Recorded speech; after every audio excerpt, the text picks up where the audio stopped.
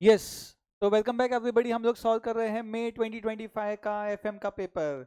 सबसे पहले आपके सामने केस सिनारियो एंड इसमें एमसीक्यूज बहुत बढ़िया है, ऑलमोस्ट साढ़े दो दो मार्क्स के हैं। टोटल 8 है। तो 8 में से दो 2 into 7 14 प्लस 150। आप तो ये ब्रेकअप जानते हो। मल्टीपल चॉइस 15 मार्क्स, फिर एक कंपलसरी क्वेश्चन 5 5 के 3, फर्स्ट वाला वो भी 15। इसके बाद क्या होता है, 2 out of 3 सॉल्व करने होते हैं 10 10 के। सही, 2 मिनट में फटाफट कर दो। wants to establish a shoe manufacturing unit। क्या हुआ? हाँ। और देवा भैया नहीं है क्या आज? उनको भेज दो, या तो उन्होंने कुछ सेट किया था तो ध्यान होगा। सिर्फ अभी पिछली क्लास में चेंज किए होंगे ना। तो यस एवरीबॉडी, क्वेश्चन पढ़ते हैं, चालू करते हैं। टाइम बहुत कम है अपने पास, ये आज खत्म नहीं होने वाला है अनलाइक जनवरी का। Bank has asked the company to present proposal for such loan. 10% safety margin, cash balance 90,000, product will be sold at gross profit 25% on COGS, depre will be part of cost of production. Raw material 1.5 महीने का रखना है, finish good 1 महीने का रखना है, finish good manufacturing cost पे value करना है, तो अपने को पता ही है। कॉस्ट ऑफ प्रोडक्शन पे वैल्यू करते हैं, एडमिन सेलिंग को नीचे देते हैं। तनीषा आज नहीं बेटा। Domestic sale, foreign sale, 30 lakh का टोटल सेल है, यहाँ से हम लोग शुरू कर सकते हैं। और 20% of sales are foreign sale, delay आधे महीने का to realise the sale proceeds from debtors, है ना। अब देखो क्या हुआ, 20% सेल फॉरेन सेल है, यानी कितने का फॉरेन सेल है 30 में से? 6 लाख का। तो डोमेस्टिक सेल 24 लाख। अब जो फॉरेन सेल है वो आधे महीने का इस पे देते हैं अपन क्रेडिट पे, और जो डोमेस्टिक सेल है वो कितना दिया है? 2 मंथ्स का। बढ़िया। तो raw material 25% of sale, company will get 2 महीने का कंजम्पशन फ्रॉम इट सप्लायर। ये क्या है? 2 मंथ्स क्रेडिट पीरियड। क्रेडिटर्स, बढ़िया। और रॉ मटेरियल कितना है सेल का? 25%, यानी 7.5 लाख। वेजेस 20% सेल का, आधे महीने का लैग। बहुत बढ़िया, बहुत बढ़िया क्वेश्चन है। अच्छा कॉम्प्लेक्स आ गया एमसीक्यू, पूरा पूरा क्वेश्चन ही दे दिया है। लेकिन अच्छी बात है कि कहाँ पहुंचना वो एमसीक्यू में कहीं ना कहीं लिखा हुआ है। आउटस्टैंडिंग कैश मैन्युफैक्चरिंग ओवरहेड चलेगा संजय भैया? बस, thank you. Outstanding cash overhead at the end of the year 60,000, 1 महीने का अरियर। एडमिन 1 महीने बाद 180। एक्चुअली आपको ये समझना है कि मैन्युफैक्चरिंग ओवरहेड 60,000 का आउटस्टैंडिंग है, जो 1 महीने बाद देते, तो साल भर का कितना हो गया?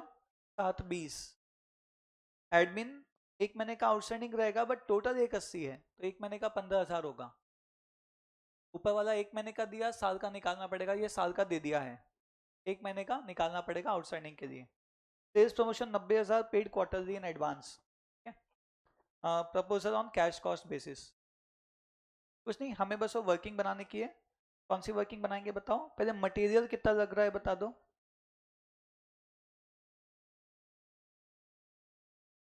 Material, yes.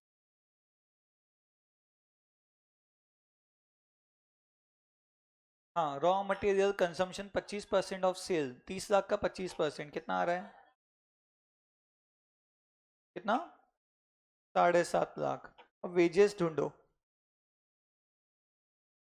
वेजेस के बारे में कह दिया है। वेजेस 20% ऑफ सेल, इसी सेल का 20% वेजेस है, कितना हो गया? 6 लाख का वेजेस। अब मैन्युफैक्चरिंग ओवरहेड बताओ। ये 60,000 1 महीने का आउटस्टैंडिंग है, क्योंकि 1 महीना अरियर्स है और आउटस्टैंडिंग दिया है, तो 60,000 इंटू 12 कितना? 7,20,000। ये ओके बेटा? हेलो, तो इसकी टोटल करो, कॉस्ट ऑफ प्रोडक्शन आ गई अपनी कितना? 2070 आ गया कि नहीं? अब इसमें क्या जुड़ता है आपका? एडमिन जुड़ता है। कितना है बेटा एडमिन आपका? एडमिन है आपका 180, यहाँ पे तो पूरा देना पड़ेगा। सेल्स प्रमोशन कितना है? ये सेल्स प्रमोशन एक्सपेंस 90,000। बोलो कितना हो जाएगा? 270 जुड़ के 2340 हो गया। 2340 ये हो गया आपका cost of sale, 23,40,000। Is that okay? लेकिन ये कॉस्टिंग है बेटा, कॉस्टिंग, इसमें डेप्री हटने का है अभी। कैश कॉस्ट अलग हो गया नहीं क्या? बाद में देखेंगे उसकी जरूरत आती कि नहीं। फिलहाल ये एक अपन ने वर्किंग बना दिया है, अगली वर्किंग काय की लगने वाली है अपने को, पूछा क्या है वो भी पढ़ लेते बेटा, है ना। करंट एसेट्स पूछा, करंट लायबिलिटी पूछा, कितना अच्छा है, दोनों को माइनस करके तीसरा आ जाएगा ना? फिर मैन्युफैक्चरिंग कॉस्ट पूछा, कॉस्ट ऑफ सेल पूछा, कैश कॉस्ट बेसिस पे। ओ, तो ये जो अपना आंसर है 20, 70 और 23, 40, क्या है कैश कॉस्ट बेसिस पे है? इसमें डेप्री इंक्लूडेड है क्या? Depre will be part of cost of production, but depre को अपन ने जोड़ा नहीं ना बेटा, डेप्री कहाँ जोड़ा? हेलो, डेप्री जोड़ा नहीं है, ठीक है। तो आया यही आंसर हुआ 20, 70, 23, 40, ये कैश कॉस्ट से निकल गया एक्चुअली। अगर डेप्री जोड़ते तो अलग बात होती, या इनफैक्ट आप रिवर्स सॉल्व करते। रिवर्स कैसा, टैली करके बताता हूँ। देखो 30 लाख का सेल है, इसमें से आप 25, और ये क्या है, ग्रॉस प्रॉफिट 25% और सीओजीएस है बेटा, सीओजीएस 100, जीपी 25, तो सेल 125, यानी सेल का 20% हुआ वो। तो 30 लाख में से अगर आप 20% हटा दो तो कॉस्ट मिलती है आपको 24 लाख। वो जो 24 लाख मिला वो ये मिला बेटा आपको, 24 लाख ये है, इसमें से 330 का डेप्री हो जाएगा फिर, है ना, नहीं ना। तो करंट एसेट ये तो आ गया अपना एक, कौन सा, मैन्युफैक्चरिंग, कितना आया बेटा, 20, 70 और 23, 40, चलो टिक करो, 20, 70, 23, 40, ये हो गया फोर्थ का आंसर। हाँ, चलो अब estimate of working capital requirement, इसमें एक आता है रॉ मटेरियल, कितने पीरियड का चाहिए रॉ मटेरियल बताऊं?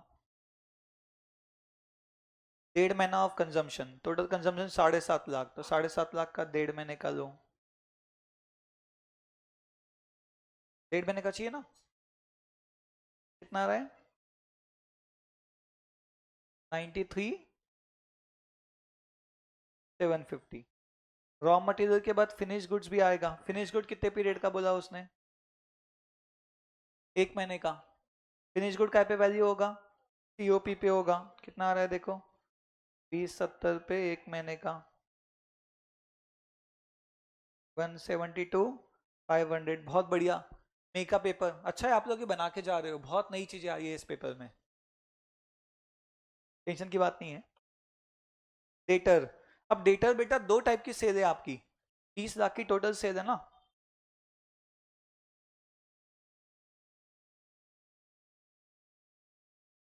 का ब्रेकअप है, डोमेस्टिक सेल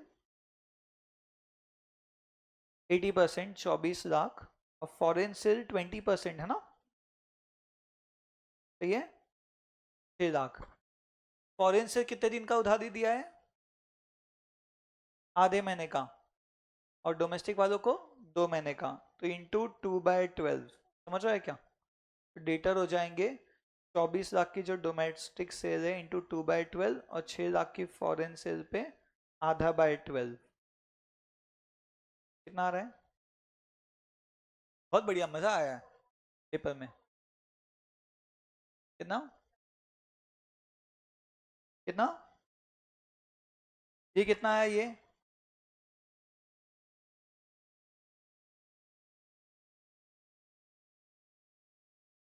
लेकिन एक गड़बड़ हुई बेटा, डेटा कैश कॉस्ट पे चाहिए ना, एक्चुअली ये टोटल हो गया, इस पे निकालेंगे क्या, नहीं नहीं नहीं नहीं, कैश कॉस्ट पे निकालना होगा, तो सेल की जगह हम लोग क्या लेते हैं बताओ, यहाँ पे कॉस्ट ऑफ सेल को ही डिवाइड करना था बेसिकली, है कि नहीं, इसको डिवाइड करो डोमेस्टिक, इसका 80% निकालो, कितना, 1872, ऐसा, और ये वाला, तनिषा नहीं आज नहीं, मुझे मुझे बताओ ना, मैं डिस्कस करूंगा, हाँ। वर्किंग कैपिटल का अपन निकाल रहे, कैश कॉस्ट बेसिस पे निकालते, ये अपनी सेल की कॉस्ट है, इसको डोमेस्टिक और इसमें डिवाइड किया, स्टेप्स हो जाएगी आपकी 1872 इंटू 2/12, और फॉरेन वाली हो गई आधा बाय 12 कितना हुआ टोटल? 331,500। बोलो तनीषा, मुझे उससे नहीं, हाँ बोलो।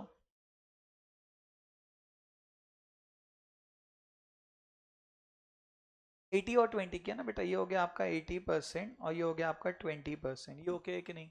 बस, क्या इशू है? मुझे समझ गया आपको। बस फिर आगे देखते हैं।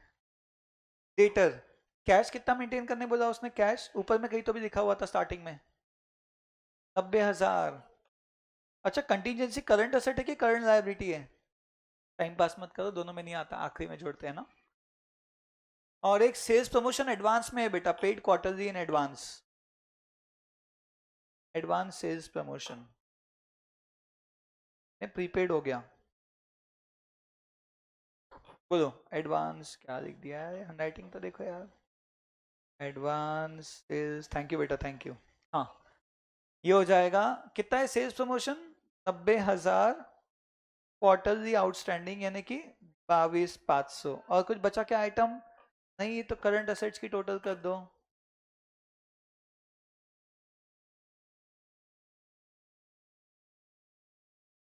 7,250,000। यहाँ पे कहीं करंट असेट्स पहले पॉइंट में 7,10,250। Very nice, come on. Creditor, थोड़ा धीरे चलो क्या बेटा? सॉरी बेटा, धीरे धीरे बेटा, ओके।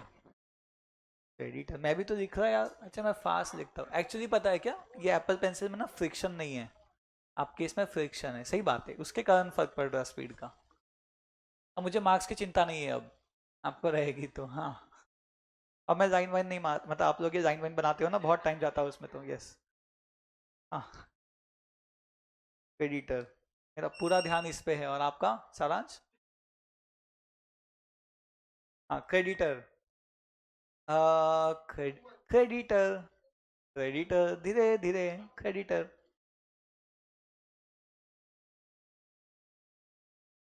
एक लाश बदमाश है।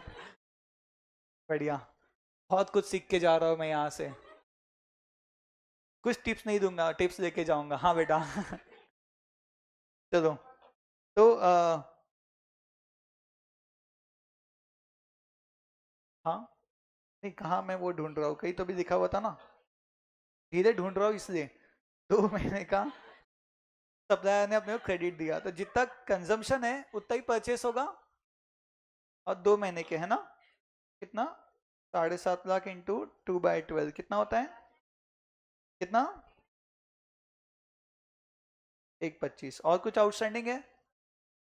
मैन्युफैक्चरिंग ओवरहेड आउटस्टैंडिंग 60,000 रेडीमेड है ये तो। वाह, एडॉप्ट, ठीक है। हाँ बेटा, वेजेस का है, वेजेस, वेजेस का कुछ था क्या? एडमिन, एडमिन का भी 1 महीने का दे दो, एडमिन आउटस्टैंडिंग। एडमिन कितना है? 1,80 को 1 महीने का करना पड़ेगा ना। वाह बेटा, फास्ट।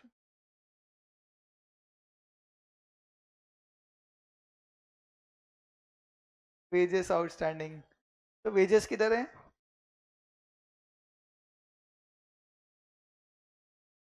वेजेस है 20% ऑफ सेल। ये 6 लाख है ना बेटा, सीधी सीधी, आधे महीने का लैग। 6 लाख इंटू प्रिम्स, आधे महीने का लैग है देखो।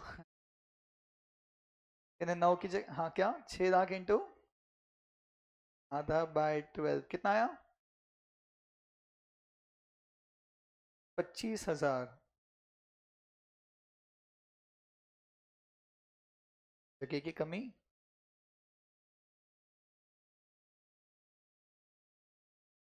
हाँ बेटा, ये आ गया आपका वर्किंग कैपिटल। पहले इन सब की टोटल भी बता दो कितनी आ रही है, अगर आ रही है तो।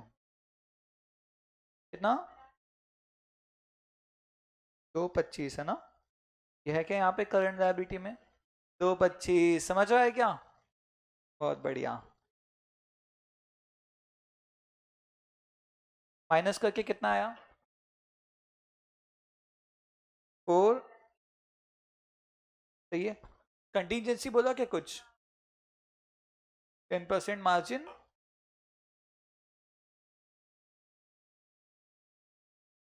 वहां पे जगह नहीं है यार, क्या इसलिए बोले?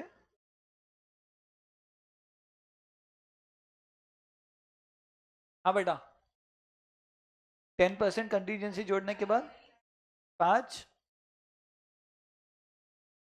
775, 533, 775। तो इन दोनों का सब्ट्रैक्शन जो भी आएगा उसमें 10% जोड़ने के बाद 533 से मैच होगा। 8 मार्क का पेपर हम लोग बना चुके हैं, बहुत बढ़िया। क्या बेटा?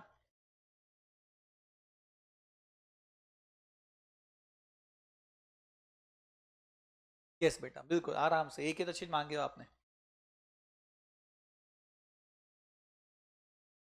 चलो डन। ये जमा क्या वैसे क्वेश्चन आया एग्जाम में? तो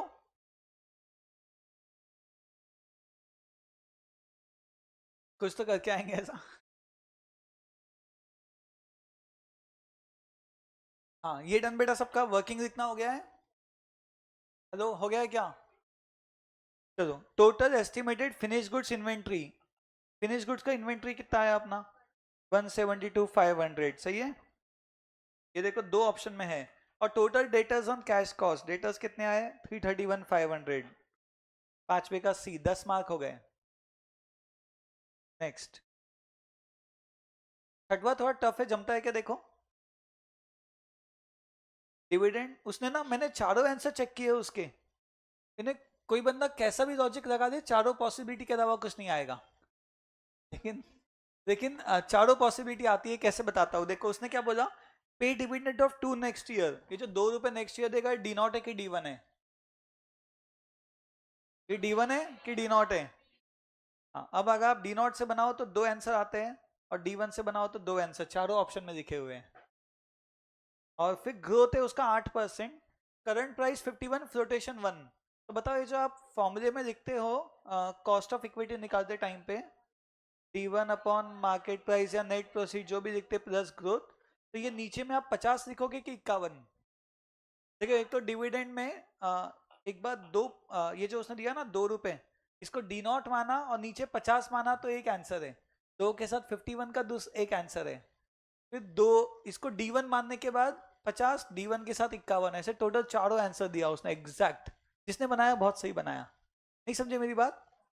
कि डी नॉट है कि डी वन है, और नीचे में डिनोमिनेटर में 50 लेना कि 51 लेना। दो पॉसिबिलिटी, तो डी नॉट के साथ 50, D not 51, D one 50, D one 51, चारों आंसर्स दिया। तो जो जैसे भी निकालेगा उसको लगेगा वो सही कर रहा है, मैच हो रहा है। बट आपको बताना है कि डी वन है ना ये, तो इसको दो पे ग्रोथ लगाने की जरूरत है क्या? नहीं। और नीचे में 50 लिखेंगे कि 51? तो 51 लगा था, बोले ही नहीं कुछ। और ये 8%, ये कितना आ गया? ये 4 और 8, 12%। ठीक है बेटा, बहुत ही सही। अब ऐसे आएगा तो समझेगा, वो बोलेगा अज्यूम डैट दो, तो ये तो इस साल की इनकम का था, वो सब अलग है ना। अपन एस्टिमेट बना रहे हैं, इसका सजेस्टेड आने का है। जनवरी का सजेस्टेड था, तो अपन ने टैली करके देख लिया कि उन्होंने भी सही किया, और अपन ने भी। कंपनी के पास net worth 5 lakh, debt equity 2, interest on debt, operating profit, DFL चाहिए। डीएफएल का फॉर्मूला क्या होता है? हाँ, अब जो ऑपरेटिंग प्रॉफिट है ना, ईबिट होता है। ऑपरेटिंग प्रॉफिट ईबिट आपका 4 लाख। अब मुझे बताओ, डेट इक्विटी 2/1 है, और डेट इक्विटी आपका 5 लाख, तो डेट कितना हो गया? 10 या ढाई? 10 lakh, very good. Debt 2 times है ना इक्विटी का, डेट 10 लाख हुआ, और 10 लाख का 10%, तो इंटरेस्ट 1 लाख, पीबीटी 3 लाख, तो डीएफएल क्या हो जाएगा? EBIT by PBT, 4/3, 1.33। बात समझी कि नहीं? हेलो बेटा, ये बोलना था, सॉरी। हाँ, ईबिट 4 लाख, इंटरेस्ट कैसे निकाला? जो आपकी डेट है वो 2 गुना है इक्विटी का, इक्विटी कितना? 5 लाख, तो 5 लाख का 2 गुना, 10 लाख, तो डेट हो गई 10 लाख। 10 लाख का 10% हमने इंटरेस्ट निकाल दिया, तो DFL 1.33। That okay everybody? Hello, बढ़िया। क्या बोले? हाँ बेटा, ये इजी है क्या? अच्छा सॉरी, मैं उल्टा कर रहा हूँ क्या? हाँ, ये 7वां हो गया। एक और एमसीक्यू है, बहुत बढ़िया, अगर आपको याद होगा तो। आ जाओ बेटा, यहाँ आ जाओ। क्वेश्चन लिखा हुआ है ना, यहीं पे लिखा हुआ है बेटा, यही तो लिखा है। हाँ, ये 6.5 लाख है, 5 साल। आपको पता है एक मशीन 5 साल की, एक 3 साल की, तो ऐसे में एनुअल इक्विवेलेंट निकालते थे। उसने वही पूछा, find equivalent annual NPV x और वाई के लिए, और चारों ऑप्शन अलग है, तो किसी एक का भी निकालो तो काम हो जाएगा। और एक्स के चारों ऑप्शन अलग, वाई के 2 सेम, तो कभी भी एक्स का निकालना जिसके चारों ऑप्शन अलग है। तो चलो, 6.5 लाख को आपको एनुअल पे पहुंचाना है, यानी इस पीवी का एन्युटी निकालो। टाइमलाइन बनाओ कि इसकी टाइमलाइन, एक्स की बात कर रहा हूं मैं। हाँ, ये 6.5 लाख का एनुअल इक्विवेलेंट बताओ।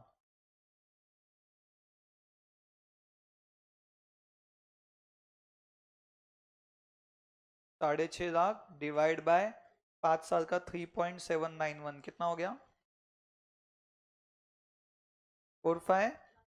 This is this is outflow per annum. क्या है ये? Outflow per annum. और 190 क्या है इसका? Inflow per annum. कितना हो गया? 18,541 आपका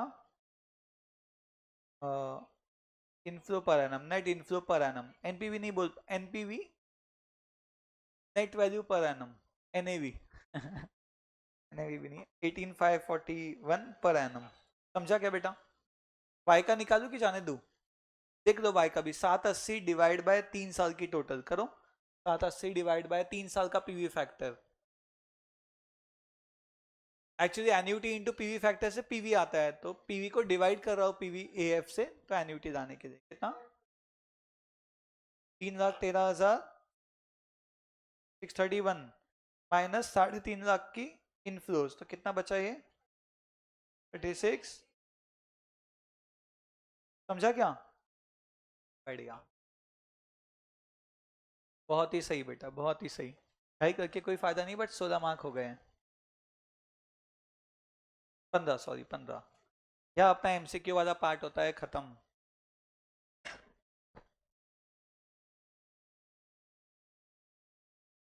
और बताइए, कोई दिक्कत?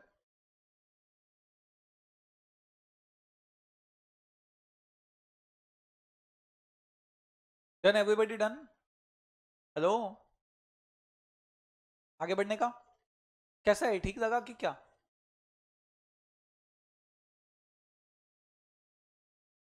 जैन से टफ है। हाँ, बट एग्जाम में 8 में से कुछ 4-5 आ जाएंगे क्या? 15 में से, आई मीन 8-10 आ जाएंगे क्या? वर्किंग भी सिंपल ही थी, सब कुछ दिया था, बस टाइम कंज्यूमिंग था। आप अगर ऐसा सोच के जाओगे, बस देखो मैंने क्या ऑब्जर्व किया, अपन ये सोच के इसको अप्रोच कर रहे केस को कि यार एमसीक्यू में 2 मिनट में कर देंगे, और एकदम से लेंदी दिखा, हो नहीं रहा, तो लोगों ने यहाँ मार्क्स मिस। बट अगर प्रिपेयर्ड होंगे कि 15 मार्क्स है ना, मतलब अगर मार्क्स वाइज डिवाइड करो, तो अपने पास इतना इतना टाइम है, भले ही इसको 25 मिनट लग जाए, अपन करेंगे आराम से, तो फिर पूरा बन जाएगा। वैसे इसमें ना एक और आप थोड़े जुगाड़ भी कर सकते हो। जुगाड़ कैसे? जैसे आप, हाँ, जैसे आप सोच सकते हो कि ये जो यहाँ पे उसने टोटल कॉस्ट पूछा था, हेलो, पहले मैंने वैसे ही बनाया टाइम बचाने को, फिर ये लेंदी अभी अभी किया हूँ। तो जैसे total manufacturing cost, total cost of sale पूछा, अब कॉस्ट सेल ही उसकी 30 लाख है, तो कॉस्ट ऑफ सेल 30 नहीं हो सकती। प्रॉफिट हटा के अपन ने कुछ तो भी निकाला था, क्या? 24 लाख निकाला था। दैट वॉज कॉस्ट ऑफ, वो जीपी के हिसाब से था, तो 24 लाख तो उसका क्या आ गया था? मैन्युफैक्चरिंग कॉस्ट हो गया था। और 24 लाख मैन्युफैक्चरिंग कॉस्ट, तो ये खैर ऑप्शन ही कैंसिल है ना? 24 लाख से कम चाहिए अपने को यहाँ पे। और कॉस्ट ऑफ सेल के लिए 24 लाख में 3-4 चीजें जोड़नी पड़ेगी, क्या? ये एडमिन सेलिंग स्पेशल, ये कितना? 180 और 90, 270 जोड़ना था, यानी मैन्युफैक्चरिंग और टोटल कॉस्ट में 270 का फर्क था। देखो 270 का फर्क दिया क्या? यहाँ पे नहीं दिया, याद दिया क्या? आपने जो वर्किंग बनाई ना बेटा, तो ये जो एडमिन सेलिंग आप बाद में जोड़ते हो, ये कितना था? 180 था और 90 था, तो ये दोनों कॉस्टिंग में कितने का फर्क होगा? 270 का। अब वो 270 का फर्क जो है बेटा, वो यहाँ पे भी नहीं दिया, इसमें भी नहीं दिया, इसमें भी नहीं दिया, एक ही ऑप्शन में 270 का फर्क था, बन गया ए बेटा। हेलो, क्या है? तो ये मुझे समझ गया कि मुझे 2070 पे कैसे तो भी पहुंचना है 2340 के बाद। कहने भैया ये फिक्स था, ये 2340 2070 जाना है, तो यहाँ का जब निकालने गया तो आई वॉज वेरी श्योर कि मेरा टोटल सही आया,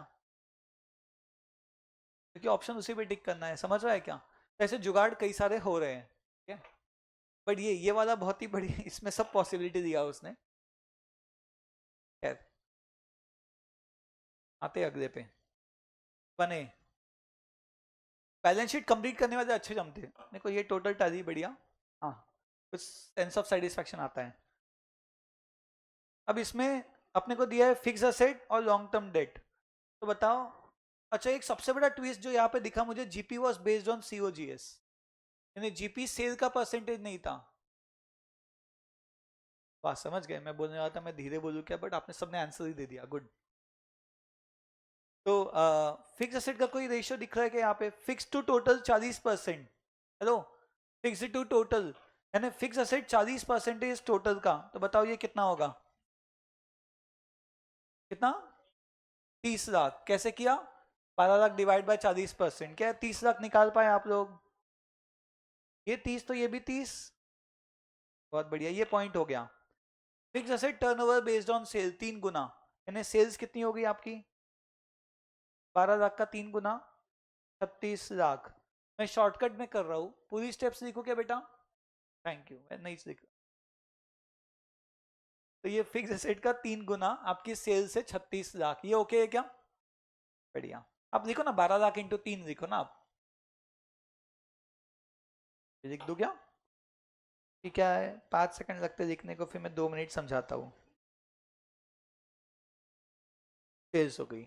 अब जीपी वाले पे आता हूँ कि उसने बोला सीओजीएस अगर 100 तो जीपी 12.5, तो सेल्स 112.5, थोड़ा डिफरेंट है बेटा। सीओजीएस बेस्ड फॉर्मूला है, सेल बेस्ड नहीं, और सेल है 36 लाख, तो बताओ आपका सीओजीएस कितना? 36 लाख इंटू 100/112.5 कितना बेटा? 32 लैक्स का सीओजीएस, बढ़िया। सारी सेल क्रेडिट सेल है, तो क्या डेटर निकालोगे अब? डेटर डेटर कितना हो जाएगा?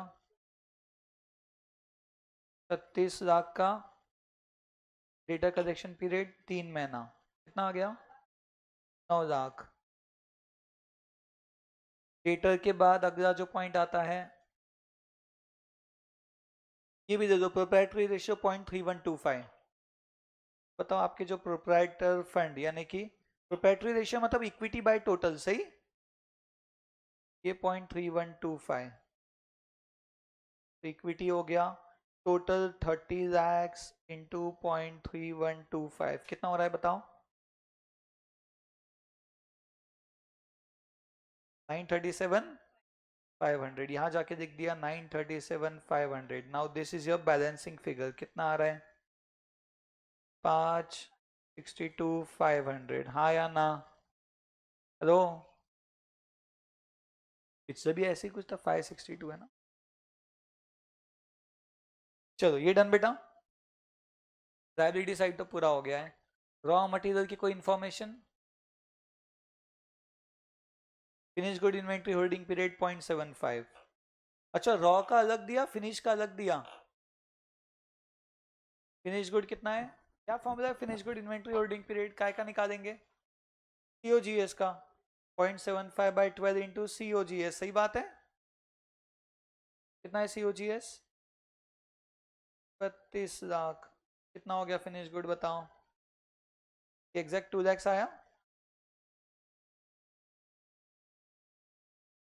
बस रॉ मटेरियल बचा, अपना काम बन जाएगा। रॉ मटेरियल कंजम्पशन है और raw material inventory turnover. Raw material consume कितना है बताओ? 20% of COGS, COGS 32 lakh, consumption 640। अब आपको रॉ मटेरियल का इन्वेंट्री टर्नओवर रेशियो आना चाहिए।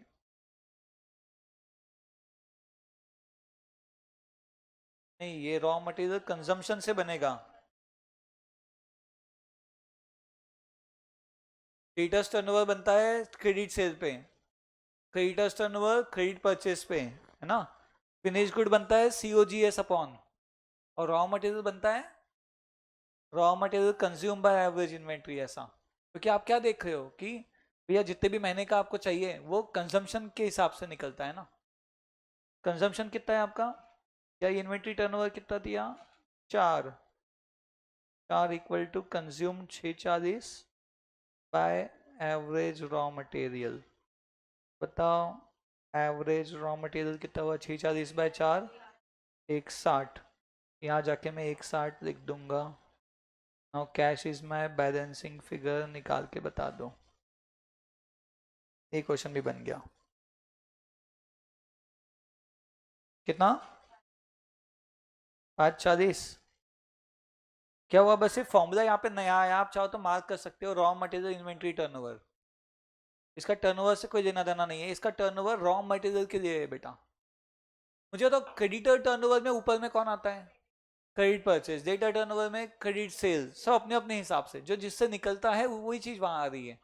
तो ये रॉ मटेरियल की इन्वेंट्री किसके हिसाब से होती है, कंज्यूम कितना करना है उसके हिसाब से अपन स्टॉक रखते हैं। तो इसका न्यूमरेटर रॉ मटेरियल कंजम्पशन।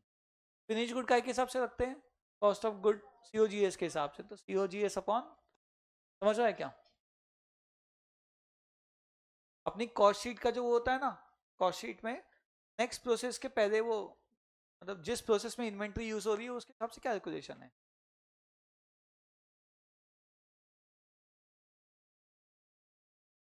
बढ़िया। अगर आपने रॉ मटेरियल गलत किया तो कैश गलत होगा, बाकी फिर भी आपका सही है। सही, यस। अच्छा लगा मुझे, 5 मार्क का क्वेश्चन एकदम डुएबल लगा, इसमें कुछ भी वो नहीं था, कहा तो आ ही जाते भैया। ठीक है, आप लोगों को जमा क्या लेकिन ये, हाँ बेटा तनीषा जमा है, इजी था ना एकदम। हाँ ये आज अपन ने देख लिया, लेकिन रॉ मटेरियल इन्वेंट्री टर्नओवर क्या हो गया, कंजम्पशन बाय। आपको ये लॉजिक समझ गया ना, डेटा टर्नओवर में क्रेडिट सेल बाय आ रहा है, क्रेडिटर टर्नओवर में क्रेडिट परचेस आ रहा है, फिनिश गुड में COGS आ रहा है, रॉ मटेरियल में कंजम्पशन बाय आ रहा है। ऐसा, चलो अगले पे चलूं, लिख रहा है तो लिख लो फास्ट। कितने मार्क्स हो गए, 20 हो गए क्या।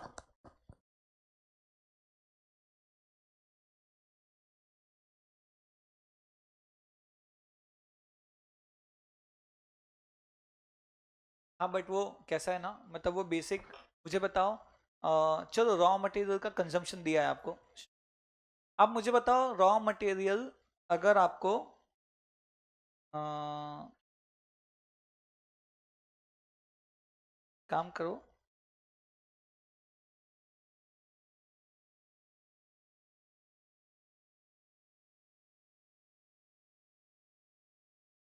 करो 160 इंटू 12/640, 160 इंटू 12/640 कितना, 3।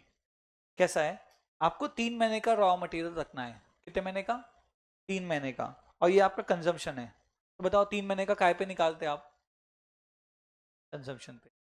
तो 640 का इंटू 3/12 सही। तो बस पैसे निकाल देना समझो, है ना। तो इन्वेंट्री टर्नओवर जो है 12/3 से ये 4 आता है, 12 बाय कितने पीरियड का, तो टोटल 4 टाइम्स उसका टर्नओवर है, ऐसा मीनिंग होता है ना। अरे अगर 2 महीने का डेटर है तो कितने डेटर बनने वाले हैं साल में, मोटा मोटा जो बात करते हैं 6 साइकिल बन रही है, 12/2 से 6 आता। वैसे 3 महीने का है तो कितने बार, 4 बार, 12/3 से 4 आया हुआ, ये लॉजिक है। अब ये क्वेश्चन बहुत अजीब गरीब था बेटा। इसमें ना बहुत चीजें आपस में कॉन्ट्राडिक्टरी है, तो बहुत एजम्पशन बेस्ड है। अगर दिमाग लगाने जाओगे तो ये नहीं बनेगा, जिसने दिमाग लगाया वो अटका है। बिना दिमाग के बनाओगे, जो अपने फॉर्मूला पढ़ा उससे सिंपली, तो मार्क्स आ जाएंगे। क्या करना है बोलो। और शायद सजेस्टेड अपने से मैच करे ना करे नहीं पता, बट यस बिना दिमाग लगाए बनता, दिमाग लगाए तो बहुत एजम्पशन नहीं बनता।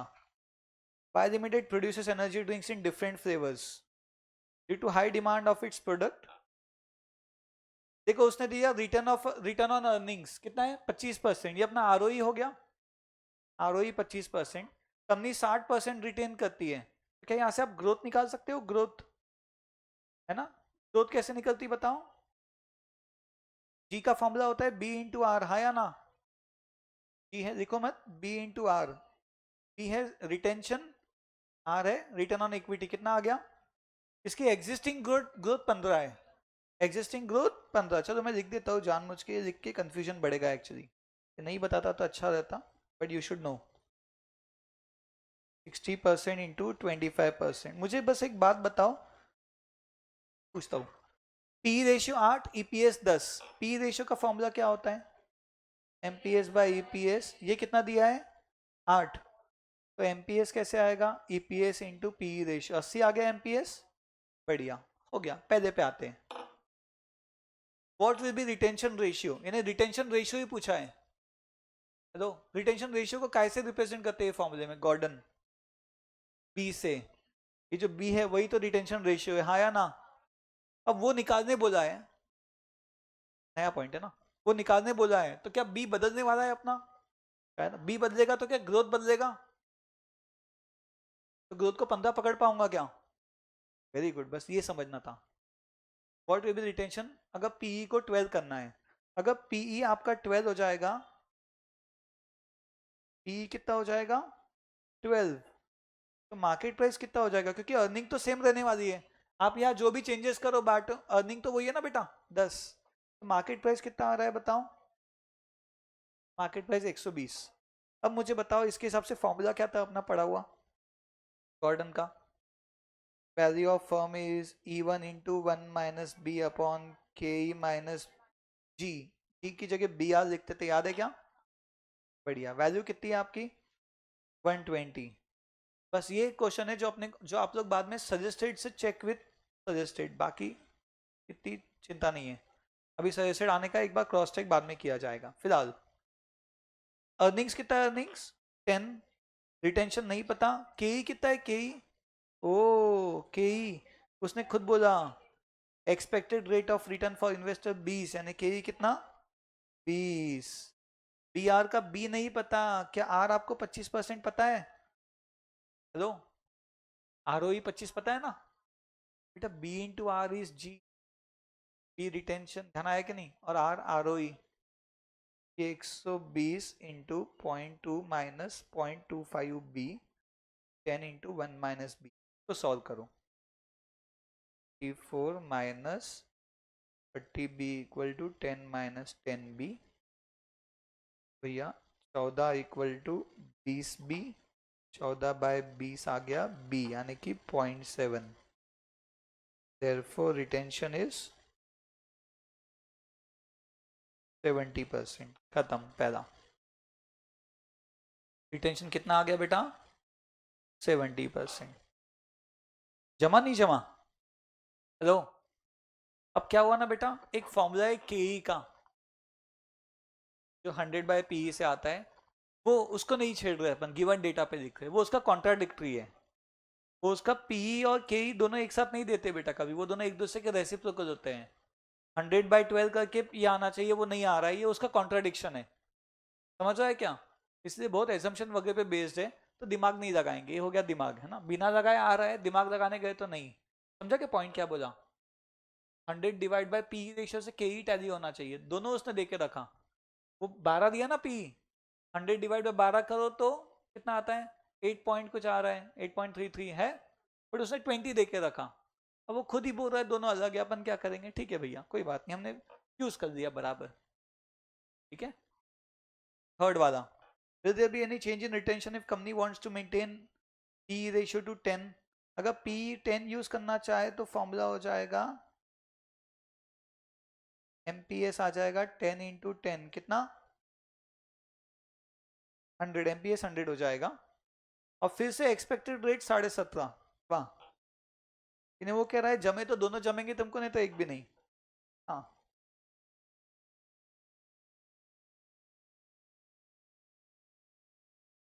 और गॉर्डन भी कंफ्यूज था ना, गॉर्डन कभी वैसे इवन है, पर इवन की जगह डायरेक्ट 10 लिख दो ऐसा कह रहा था मॉड्यूल अपना, जबकि 10 में ग्रोथ लगानी पड़ती है अलग से, बट मॉड्यूल ने वो सब नहीं बोला भैया, रेडीमेड लिख दो, जान दो बोले, अपन भी जाने दो वाला ही करते।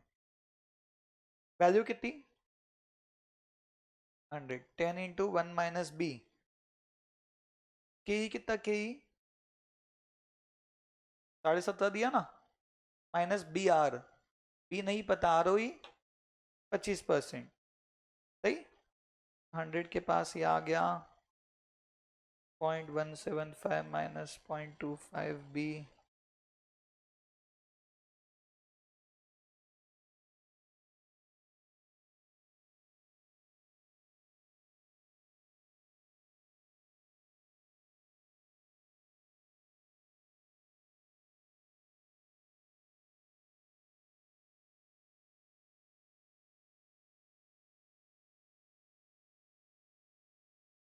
%50। Will there be any change? तो लिख देना yes, it will change to 50%। Percentage निकालने नहीं बोला, ये हम बना पाए बेटा। जमा क्या आपको? हेलो, इसमें इसने बहुत टाइम लिया लोगों का, क्योंकि इजी क्वेश्चन था, और ये बिना दिमाग वाले ने किया नहीं होगा, दिमाग वाले ने। बहुत सारे contradictions. What will be targeted, what will be expected price after 1 year, अगर ये टारगेटेड पी रेशियो ऑफ 12, 1 से लिंक था, मैंने किया नहीं पहले। Targeted what will be expected price अगर ये अपना ये जाता है तो, पॉइंट समझा क्या?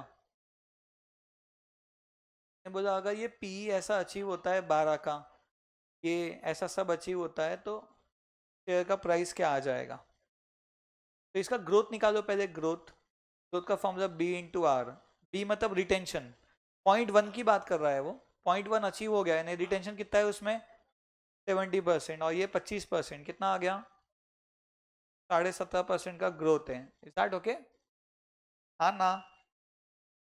हेलो, अगर ये 17.5% की ग्रोथ आने वाली है कंपनी में, तो मुझे बताओ एग्जिस्टिंग ईपीएस कितना है आपका 10, न्यू ईपीएस कितना हो जाएगा 11, यस 10 प्लस 17.5। ऐसा कोई फंडा नहीं था मॉड्यूल में, लेकिन हमने ऐसा क्रॉस चेक करके देखे चीजें टैली होती हैं। हमने फॉर्मूला डिराइव करते टाइम क्रॉस चेक करके बताया था मैंने आपको, लिखा हुआ है। बट इन शॉर्ट 17.5% की ग्रोथ है, कैसे की वो नहीं पता, ग्रोथ है, उसका फॉर्मूला टैली करके अपन ने देखा है एक प्रॉब्लम में। 10 रुपए में 17.5% जोड़ो तो अगले साल का ईपीएस कितना 11.75। पी रेशियो कितना अचीव किया बोला उसने, पी रेशियो 12 का अचीव किया। बताओ एक साल बाद उसकी मार्केट प्राइस क्या हो जाएगी, 12 इंटू 11.75, कितना 141। This is your answer. कैसा लगा? अच्छा लगा मुझे क्वेश्चन।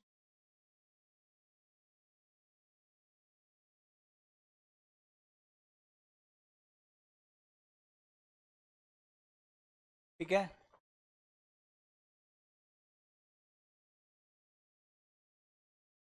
और मेरा होप है कि सर स्टेट भी ऐसा ही कुछ आंसर देगा, और साथ में हल्का सा एडजस्टमेंट 1 प्लस जी का दोनों दे देगा, मतलब ये और विद डैट। आप चिंता मत करो, ये लिखो, हो गया 1 बी। बहुत सही।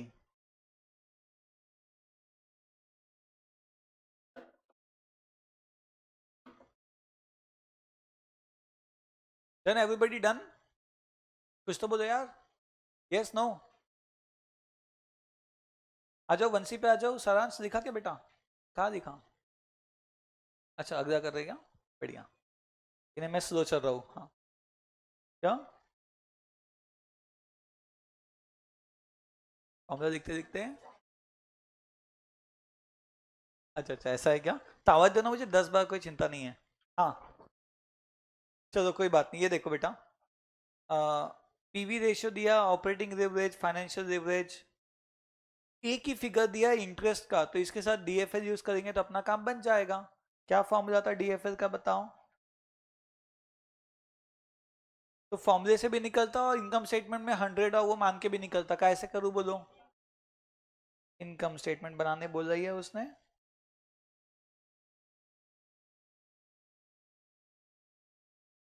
इनकम स्टेटमेंट में उसने सेल का भी जिक्र किया है, तो चलो sales minus VC, contri minus fix cost, EBIT minus interest tax PAT number of shares divide करके EPS, ये बन गया इनकम स्टेटमेंट। उसने नंबर ऑफ शेयर्स 1000 दे के रखा है और एक इंटरेस्ट एक्सपेंस 12,000 दिया, बाकी का कुछ भी नहीं दिया। लेकिन उसने अब DFL के बारे में बताया, 1.5 है। What do mean by DFL 1.5? EBIT divide by PBT, यानी अगर ये 1.5 ये 1 तो ये 1.5 आ जाता है रेशियो। वो 1.5 ये 1, 1.5 बाय 1 1.5। तो इंटरेस्ट कितना हो जाएगा? आधा। 1.5 में से क्या जाए तो एक बचेगा आधा, तो आधे की जगह 12,000, तो बताओ 1.5 की जगह आधे का 3 गुना है ना, कितना? 36,000। तो ये आ गया आपका 24,000। बात समझी? टैक्स भी आपको 30% दिया है। 7,200, 16,800, EPS आ गया 16.8। क्या? अब ऑपरेटिंग लेवरेज दिया है 2। ऑपरेटिंग लेवरेज मतलब कंट्रीब्यूशन अपॉन EBIT। ये 2 कब आएगा? जब कंट्रीब्यूशन 2 होगा, EBIT 1 होगा, तो ये 2 आता है। फॉर्मूला भी लिख सकते हैं अपन पूरा, कोई इशू नहीं। तो फिक्स कॉस्ट कितना हो जाएगा? 2 में से क्या जाए तो एक आए? 1। अब 1 की जगह 36,000, तो 2 की जगह 72,000, तो ये हो गया आपका 36,000। सही। अब PV रेशियो 24%, तो कंट्री से सेल पे जाने के लिए क्या करना पड़ेगा? डिवाइड बाय 24%, ऐसा डिवाइड बाय कितना? 3 lakhs। Is that okay everybody? अब उसने क्या बोला है? Percentage change in EPS, percentage change, ठीक है ना यहाँ तक? अगर सेल 5% बढ़ा तो EPS में क्या चेंज आएगा मुझे बताओ? वो कौन गिनता है ये चीज? TCL। TCL क्या है? Country bye PBT। बढ़िया। 72,000 डिवाइड बाय 24,000, कितना? 3। वो इन दोनों को इंटू करके भी आता है। देखो टैली भी है यहाँ पे, अपन ने ऐसे भी क्वेश्चन किए जब टैली नहीं है। तो DCL का एक और formula, percentage change in EPS by percentage change in sales. ये आपका 3 है। EPS का चेंज बताना है, अगर सेल में 5% चेंज है तो 5% इंटू 3, 15%। जमा।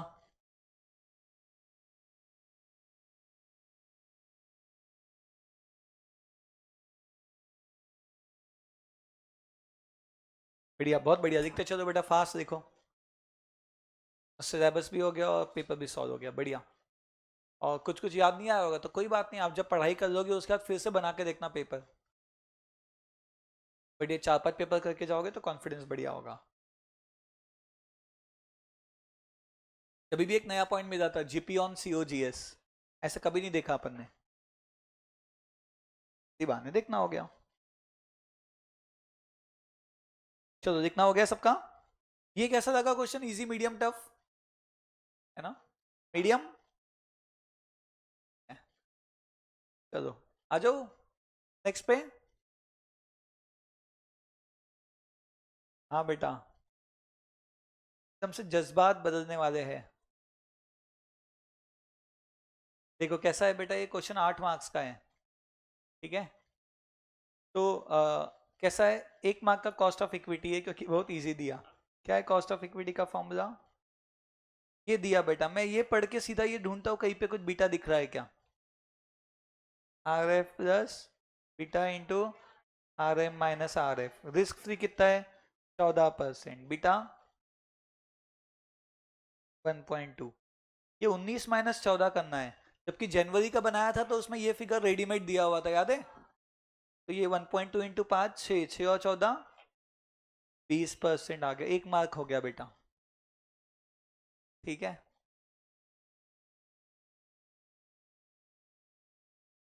एक्चुअली इक्विटी दिया, debenture, preference, bank loan. Equity का पॉइंट अपन ने पढ़ लिया, टिक कर देते हैं, ठीक है? ये क्वेश्चन में ऐसा सेटिस्फैक्शन मिला, मतलब ऐसे करते करते बात है इसमें, ठीक है, इंटेलेक्चुअल सेटिस्फैक्शन। सुनो, cost of preference share using YTM method. बेटा प्रेफरेंस कैसे निकालना है? वाईटीएम से। Post tax cost of debenture, cost of debenture post tax ही रहता है वैसे भी, कि नहीं भी दिखता तो वही निकाल देते, वो अप्रोक्सीमेशन से। बट प्रेफरेंस का कैसे निकालना है बोला? वाईटीएम से। तो ये देखो बेटा, इसके लिए मुझे इसका टाइम लाइन लगेगा। कितने साल के प्रेफरेंस पढ़ो? 10% preference share redeemable at this after 3 years. कितने साल का? 3 साल का टाइम लाइन है। बहुत बढ़िया, ठीक है। 3 साल के टाइम लाइन में रिडेम्पशन कितने पे है इसका? 1065.4, सही है ना? और मुझे बताओ प्रेफरेंस में ये 1000 रुपए का एक है और 10% वाला प्रेफरेंस है, तो हर साल क्या देगा ये प्रेफरेंस डिविडेंड? 100 100 100 100 100 100। ये हो गया रिडेम्पशन वैल्यू। अप्रोक्सीमेशन बोला नहीं, बट स्टिल अपने को ये चीज इंपॉर्टेंट है। और आज कितने का है वो? आज वो चीज है 1000 की। ये सब इनफ्लो या आउटफ्लो या वाइस वर्सा, कंपनी के एंगल से ये इनफ्लो, ये सब आउटफ्लो। अब वाईटीएम मेथड क्या बोलती है? ये सारे इनफ्लो आउटफ्लो से क्या रेट पे टैली होते हैं, सही है। तो इसको बनाने के लिए हमें क्या करना होता है? हमें बेसिकली इसका आईआरआर जैसा निकालना है। उसके लिए हमें दो रेट लगते हैं, याद है? दो रेट इंटरपोलेशन। दो रेट के लिए उसने कौन से दो दिया? 10 और 14। ये 3 साल वाले यूज करने हैं, चौथे साल का कोई मीनिंग है क्या अपने लिए? नहीं। चलो, सबसे पहले मैं निकालता हूँ एनपीवी, निकालता हूँ एट 10%। एनपीवी इक्वल टू कितना आ रहा है बताओ? कैसे निकालेंगे बेटा? ये 100, ये सारे 100 को पीछे लाओ, ये 1065 को भी पीछे लाओ, 1000 तो पीछे है ही, माइनस करके एनपीवी बता दो। 100 इंटू 0.909, 100 इंटू 0.826, ये दोनों इंटू 0.751, ये तीनों की टोटल बता दो बस। 100 इंटू 0.909, 100 इंटू 0.826 और 1165.4 इंटू 0.751, 1048 पॉइंट माइनस 1000, कितना बचा? 48.72। और यही चीज़ मैं अगर 14% पे निकालूँ तो 14% पे क्या करोगे? 100 इंटू 0.877, 100 इंटू 0.769, ये दोनों की टोटल इंटू 0.675।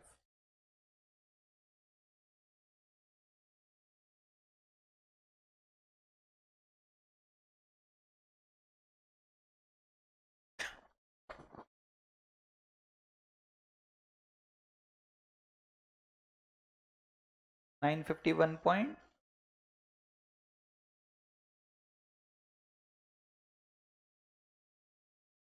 कितना बताऊं? 951 है कि 950 है?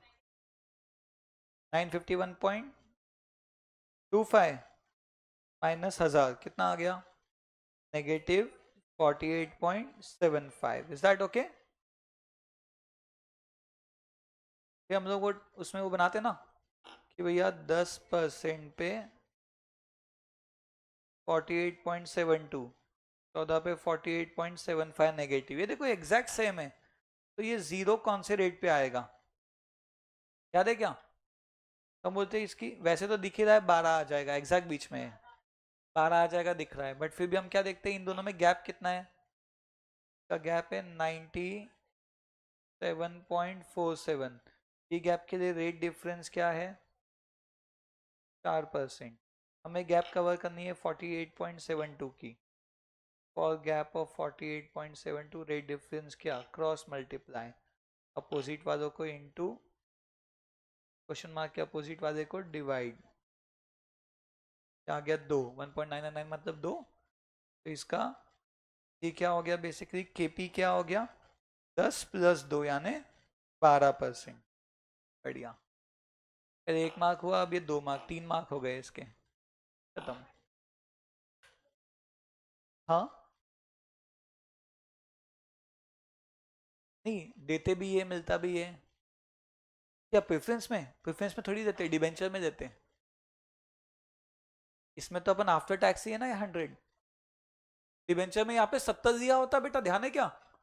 ये डिबेंचर होता तो 100 100 100 की जगह 70।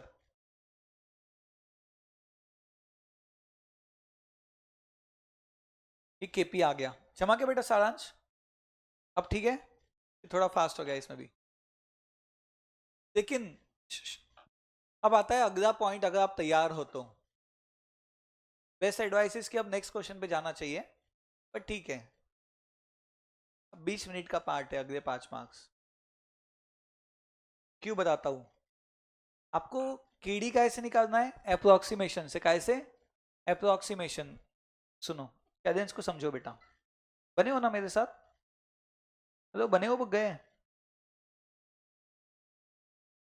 जरा केडी का फॉर्मूला बताओ, I into 1 - t plus RB minus NP by, कितने साल है डिबेंचर के? 5 साल। कितने साल?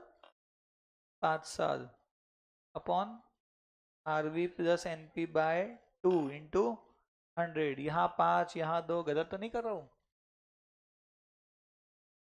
अब इशू है कि डिबेंचर के सामने रेट नहीं दिखा है, तो फिर मैंने क्वेश्चन पेपर देखा, उसमें भी नहीं दिखा है। समझा क्या? ये नहीं दिखा, तो इसके सामने भी रेट नहीं। और फिर उसने हिंट क्या दिया, interest on bank loan is 1.3 times of interest on debenture. अब बैंक लोन का भी रेट नहीं दिखा है, यानी अगर डिबेंचर का रेट पता हो तो बैंक लोन का रेट निकल जाएगा, ऐसा वो कह रहा है। रेट, केडी केटीएल नहीं, रेट। अगर डिबेंचर 10 होगा तो बैंक लोन 13 पे होगा। समझ रहा है क्या? डिबेंचर का 1.3 टाइम से बोला उसने, अगर ये 10 पे होगा तो ये 13 हो जाएगा। समझ रहे? केडी कुछ और आएगा 10 को सॉल्व करके, और केटीएल 13 इंटू 1 - t से आएगा, टर्म लोन जैसा मान के। बट ये दोनों रेट नहीं दिया बेटा, दोनों रेट नहीं दिया इन्हें, या तो मिसप्रिंट है या तो उसने एक और हिंट देना चाहिए। तो उसने एक हिंट नीचे दिया, कॉस्ट ऑफ कैपिटल, WACC। अब ये कॉस्ट ऑफ कैपिटल ऐसे ही नहीं होगा, WACC होगा फिर। ये दे दिया उसने, यानी ये एक हिंट देके रखा है, WACC। बात समझी? तो गए बढ़िया से 2 इक्वेशन बनेंगे अब। अगर यहाँ पे डिबेंचर का रेट दिया होता तो केडी निकल जाता, दे देना चाहिए था उसने, ऑलरेडी लेंदी था क्वेश्चन। टर्म लोन का ठीक है, 2 मार्क दिया है, इन्हें कुछ तो करना होगा इसमें, सीधा सीधा नहीं था। नहीं तो यहाँ पे अगर 13 होता तो बताओ केटीएल क्या हो जाता है, 13 इंटू 1 - t, ध्यान है क्या? ऐसे निकलता 9.1 आ जाएगा वो, है ना? 2 मार्क तो नहीं देगा ना वो, इससे बड़ा तो के ही था। तो कुछ तो है, गड़बड़ी है कि ये देख के रखा। तो ये काफी लेंदी हो गया क्वेश्चन, इसको स्किप करके आगे बढ़ना चाहिए। तो टू बी देखोगे ना, टू बी इतना छोटा है, ये भी 2 ही मार्क का है। टू बी कितने मार्क का है? 2 मार्क का। और ये 8, ऐसे 10 है, तो वो 2 आ जाएंगे, 3 आ जाएंगे, 3 और 2 5। बाकी 5 के लिए you need lot of time and बहुत सारा कैलकुलेशन। तो चलो करते हैं। बेसिकली उसने रेट नहीं दिया, कोई बात नहीं। क्या आप तैयार हो करने के लिए, जो भी टाइम लगे? हेलो, चलो केडी आए, कितना आए, क्या हुआ? आए बोलो बेटा, आए? कोई तो नहीं पता। Tax 0.3, RV RV redeemable at par, यानी कितने पे? 100 पे। नेट प्रोसीड्स रोटेशन हटा के 96, वेरी गुड। कितने साल? 5 साल। और नीचे में 100 प्लस 96/2, और यहाँ पे इंटू 100। बात समझी? इन्हें बस इसमें आए पता चल जाए तो अपना काम बन जाएगा। बट स्टिल, क्या ये 0.7 होता है? 0.7 आए plus 0.8 divide by 98 into 100। That okay everybody? तो पेंडिंग रखते हैं अभी का। और केटीएल की तो चिंता ही नहीं, एक बार रेट पता चला तो सब आ जाएगा। अब चलते हैं WACC वाले फॉर्मूले पे। कौन सा? Cost of capital 14%। मैं नीचे लिख के उसे अगले पेज पे पेस्ट कर दूंगा, पहले एक बार का नीचे लिख देता हूँ। WACC कैसे आएगा? कॉस्ट ऑफ इक्विटी कितना है? Cost of equity 20%। तो ये 20% वाला, इसका वेट कितना है 20% वाले का? कुछ नहीं बोला, market value 14 lakh divide by सबकी टोटल करो, 14 10 24 16 40 लाख इंटू 14/40। फिर प्रेफरेंस का क्या है? प्रेफरेंस का 12% वाला 10/40, फिर बताओ डिबेंचर का कितना है, KD इंटू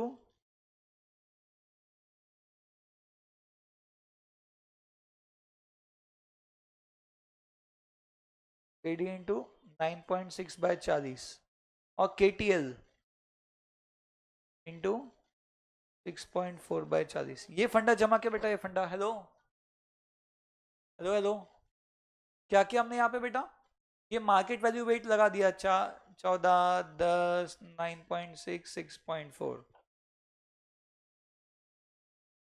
और ये WACC आपको देके रखा है उसने 14%।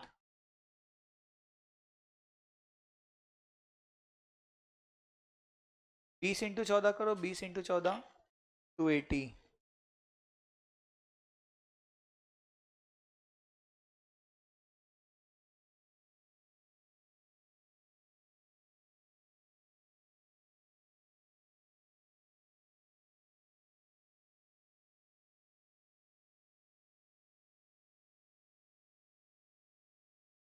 ये बाय 100 को हटा देता हूँ, सब रेट में ही है, बढ़ रहा है इससे 20%, 12%, KD भी तो परसेंट में, ये भी परसेंट में है, तो 14 रख देते बस। सबके पास 40 है, सबका 40 भी कॉमन कर देता हूँ। 280, 12 × 10 120, ये हो गया KD। अब ये जो KD की वैल्यू है ना, ये KD की वैल्यू को यहां से उठा के इस KD की जगह लिख दो, कितना है,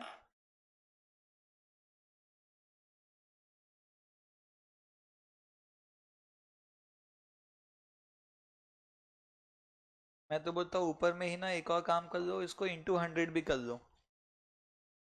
0.7 × 100 क्या हो जाएगा, 70 आए। 0.8 × 100 80 डिवाइड बाय 98। ठीक है, इसको भी सॉल्व कर लो। 70/98 कितना होता है, 70/98 4 डिजिट में बताना। 70/98 0.43 आए, और 80/98 this divide by this by this, ऐसा करते हैं ना अपन। 0.81 वो लिख देते हैं इसकी जगह अपन, ठीक है, ये पुट कर रहे हैं। 0.7143 आए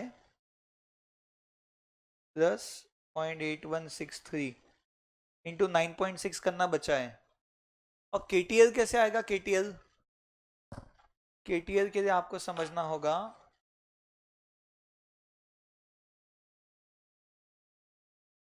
जगह नहीं जबरदस्ती कर रहा हूं मैं।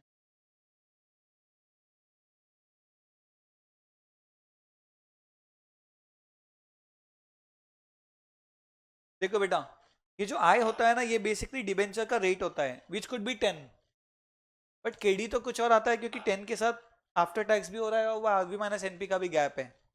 ध्यान है क्या, ये जो आय होता है ये बेसिकली 100 का 10%, 10 होता है ना ऐसा। तो अगर ये 10 होगा, यानी कि आय है 10 की जगह, बैंक टर्म लोन कितना होगा, 10 की जगह 13, तो आय की जगह 1.3 होगा कि नहीं। तो आपका जो KTL है ना, KTL that is nothing but I into, sorry 1.3 I into 1 minus T. 1.3 आई क्यों किया बताओ, डिबेंचर का रेट अगर आय माना, तो उसने ऊपर में बोला ना बैंक टर्म लोन का कितना होगा, 1.3 टाइम्स इंटरेस्ट ऑन डिबेंचर, तो 1.3 आए, उसको भी आफ्टर टैक्स किया।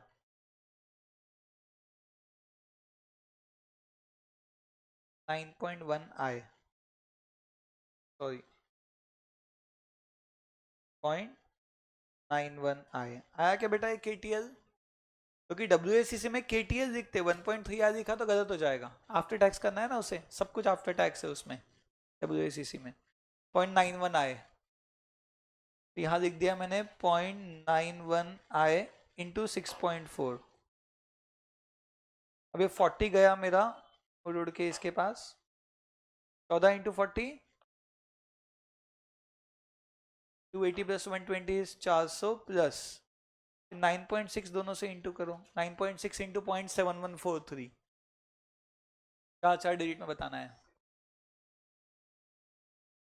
7 चौथे को राउंड ऑफ किया ना, और 9.6 इंटू 0.8163 नहीं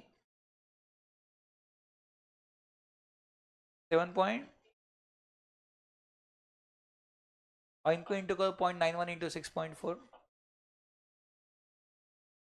5.824 हाँ 560 माइनस 400 इक्वल टू माइनस 400 के साथ माइनस 7.8365 इक्वल टू। अब ये दोनों को जो एक मिनट यहाँ पे आए भी है, इन दोनों को जोड़ दो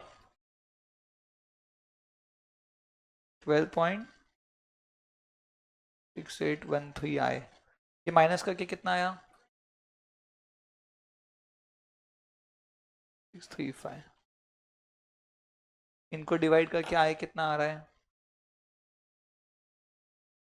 यानी 12 मान लो क्या।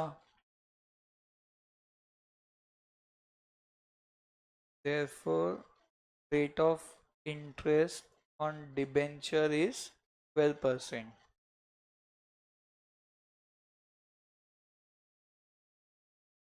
So rate of term loan is 12 into 1.3 कितना, ये रेट है बेटा, बट केडी का 12 से कोई मतलब केडी और 12 मैच नहीं होता, ये पता है ना आपको। ये 12 अगर डिबेंचर का रेट ऑफ इंटरेस्ट है तो केडी से टैली क्यों नहीं होता, दो रीजन बताओ, टैक्स और दूसरा आरवीएनपी का गैप। ठीक है, ये 12 आ गया है 15.6, तो यहाँ आई की जगह जाके मैं लिख दूंगा 12।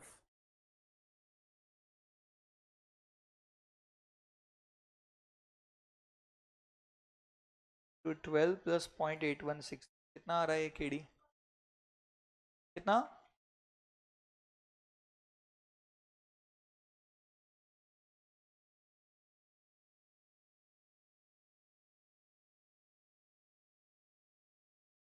कितना बेटा 9.387, दो डिजिट में कितना 39, और ये कितना आ जाएगा 0.91 इंटू 12 हाँ 10 पॉइंट। ऐसे भी निकाल सकते हो, इसको निकालने का एक और रास्ता, K T is equal to 15.6 into 1 minus T. ये रेडीमेड हो गया सारा ऐसा निकाल के, और अपन ने फॉर्मूला आई के फॉर्म में निकाले ना, और आई का जुगाड़ मैंने पहले ही किया था कि अगर डिबेंचर का रेट आए तो इसका रेट 1.3 लिख दिया था पहले ही, समझे क्या, का रेट ऑलरेडी लिखा था, इसकी जरूरत थी वहां इसलिए। अगर डिबेंचर पे 12 दे रहे तो इस पे कितना दे रहे, 12 का 1.3 टाइम्स 15.6, तो ये 15.6 इंटू 1 माइनस टी, ये मैं ऑलरेडी लिख चुका था इसको। बहुत बढ़िया बेटा, इसको बोलते हैं कुछ बात है इसमें, काफी लेंदी दे दिया ये वाला भी, एक तो वो क्वेश्चन में भी गड़बड़ दिया, ये काफी लेंदी हो गया, मतलब WACC देखे, 2 मार्क्स 3 और 2 मार्क्स के हिसाब से इतना नहीं पुराता, सीधा सीधा YTM कर देना था यहाँ तो, पर WACC दिया।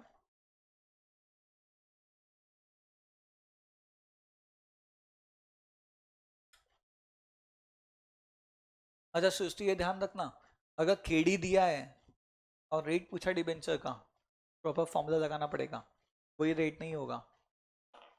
जैसे यार रेट 12 है बट केडी आपका 9.39 है, तो ये देख के भी वो पूछ सकता है। हाँ ये WACC वाला पेज,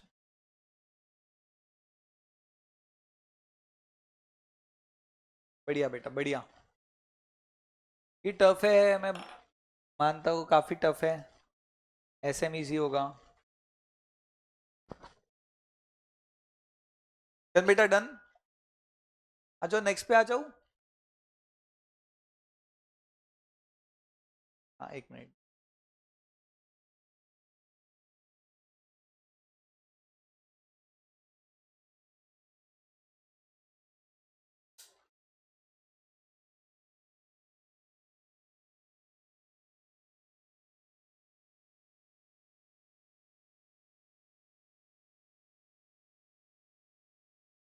ये दोनों का मैं आपको लिंक भेज दूंगा एक दो दिन में, मई जनवरी दोनों के। हाँ हाँ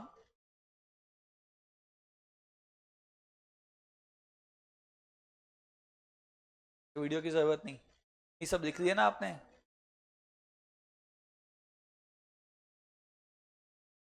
एमसीक्यू दिखे, ये सब नहीं दिखा। चलो ये डन। हाँ बेटा, सॉरी, हाँ नीचे का जूम करूँ। पहले दो आगे थे, इसके थर्ड फोर्थ में थोड़ा डिफिकल्टी था, भारी इक्वेशंस आए, बट इट इज ओके, हम तो मैथ्स पढ़ के आए हैं।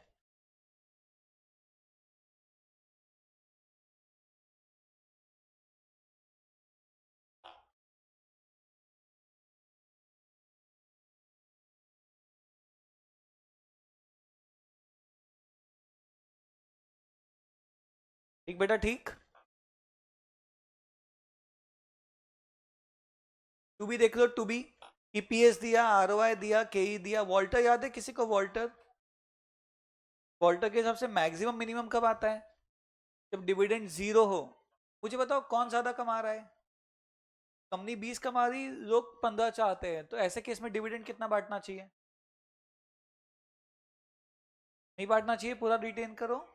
तो ईपीएस 3 है, ईपीएस 0, तो रिटेंशन कितना हो गया? पूरा 3। और एक केस में अगर आपने, मतलब इस केस में आंसर हाईएस्ट आएगा मार्केट प्राइस का, लोवेस्ट कब आएगा? जब पूरा आप डिविडेंड बांट दोगे। चलो वैल्यू ऑफ फर्म का फॉर्मूला क्या था बताओ? Dividend plus retention into ROI by K, याद है ऐसा कुछ? Dividend 0, retention 3 into 20% by 15% by 15%, पर का आ गया 4 बाय 15%।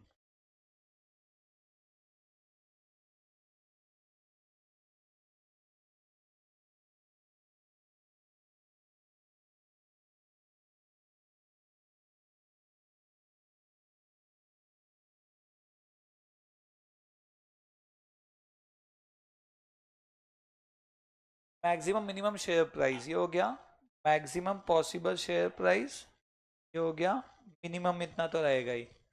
और इसके अलावा डिविडेंड पॉलिसी 10 बांटा, 50, 40, 60 जो भी बांटा, आंसर इन दोनों के बीच में रहेगा। मैक्स इतना जा सकता है, मिनिमम उतना रहेगा। अगर ये वॉल्टर का फॉर्मूला याद है तो कोई बड़ी बात नहीं इसमें। एक में 100% डिविडेंड पकड़ा, एक में 0% पकड़ा, दोनों केस आ गए। ये 2 मार्क भी इसी था, पीछे के 3 और ये 2, ये पास तो आ जाते थे इसमें, ऐसा नॉट बैड, 50 पासिंग है तो।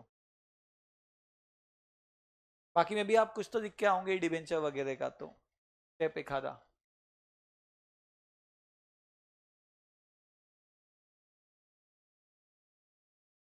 और बताइए कोई दिक्कत?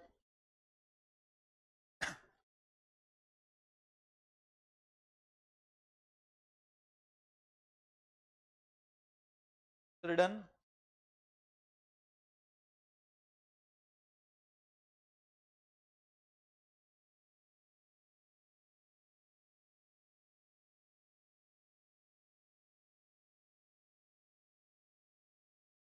आ जाओ थर्ड पे, आ जाओ थर्ड पे, जल्दी करो, 15 मिनट बचे यार।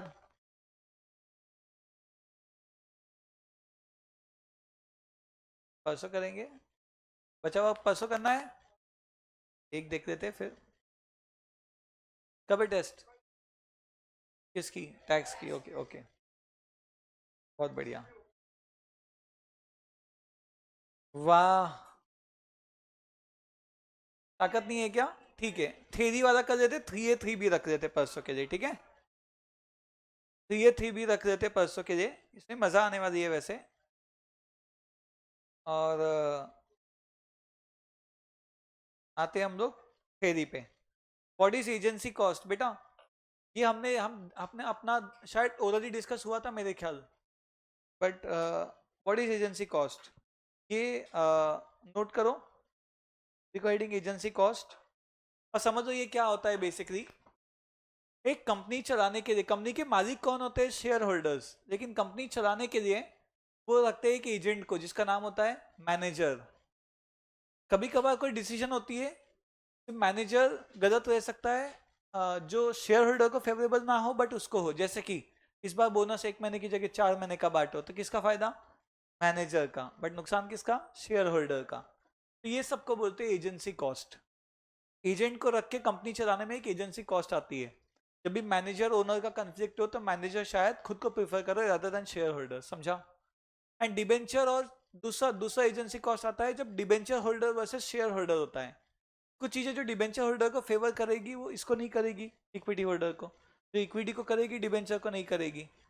तो ये भी अगेन एक एजेंसी कॉस्ट का ही पार्ट हुआ। तो दो चीजें कवर करता है एजेंसी कॉस्ट, एक शेयर होल्डर मैनेजर का कंफ्लिक्ट और दूसरा conflict share holder debt holder का। हेलो, कौन से दो कंफ्लिक्ट की बात हो रही है? शेयर होल्डर मैनेजर एंड दूसरा शेयर होल्डर डेट होल्डर। ये ऑलमोस्ट हर एग्जाम में या अल्टरनेट एग्जाम में मैंने आते हुए देखा हो एजेंसी कॉस्ट। समझ के चलो ये आने ही वाला है। क्या करोगे इसके लिए? मॉड्यूल में बस इतना ही लिखा है, हो गया।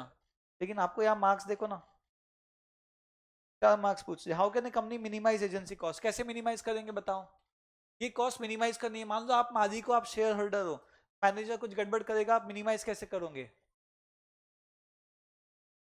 क्या क्या बढ़ा देंगे? भगा देंगे? नहीं, कंपनी नहीं चल, उसके बिना कंपनी नहीं चलेगी, ये भी है।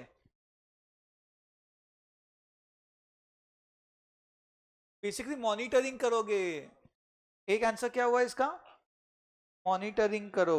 एक क्या हो गया? उसको इंसेंटिव दो कि तू डिसीजन सही दे, शेयर होल्डर के फेवर में। तेरे को इंसेंटिव अलग से देंगे। नहीं, गड़बड़ के लिए नहीं। गड़बड़ नहीं कर रहा है बेटा, यहाँ कोई फ्रॉड नहीं हो रहा है। ये पॉलिसी मैटर है कि किसको फेवर करना। अगर फेवर वो इसे कर रहा है, किसे? मैनेजर। मैनेजर खुद को, टीम को फेवर करेगा ना। कंफ्लिक्ट है, जैसे बोनस का एग्जांपल दिया, कितना बांटना। ये लोग बोलेंगे 2 महीना, वो बोलेंगे 4 महीना दो। तो मैनेजर का कमीशन ही समझो। कभी कभी मैनेजर का कमीशन होता है, बोनस होता है, तो कमीशन बोनस उसका कितना दो, वो ज्यादा चाहेगा, ये लोग कम देना चाहेंगे, है ना? और तो कंफ्लिक्ट हुआ ना बेटा, कितना देना? वो बोलेगा ज्यादा दो, सबको देना ही चाहिए, तो लोग टिकेंगे नहीं तो चल जाएंगे, वो जो भी बोलेंगे कम दो, कम में भी रुक सकते हैं। बेसिकली ये कन्फ्लिक्ट की बात हो रही है। तो आप मॉनिटरिंग रखो कि वो ऐसे कन्फ्लिक्ट में सही डिसीजन दे रहा है कि नहीं, तो आप उनको इंसेंटिव वगैरह दे सकते हो, ठीक है? To align the interest of manager shareholder, बीच का रास्ता जो दोनों को अलाइन करे, ये बात हो रही है कि बेटा। ब्रिज फाइनेंस क्या हम लोगों ने पढ़ा है क्या? हाँ ना? बेटा एजेंसी कॉस्ट को मजाक में नहीं दोगे ना? खुद लिख दोगे बराबर से।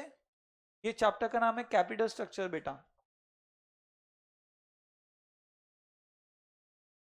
कैपिटल स्ट्रक्चर चैप्टर का है वो, आप लोग लिख लो कैपिटल स्ट्रक्चर चैप्टर।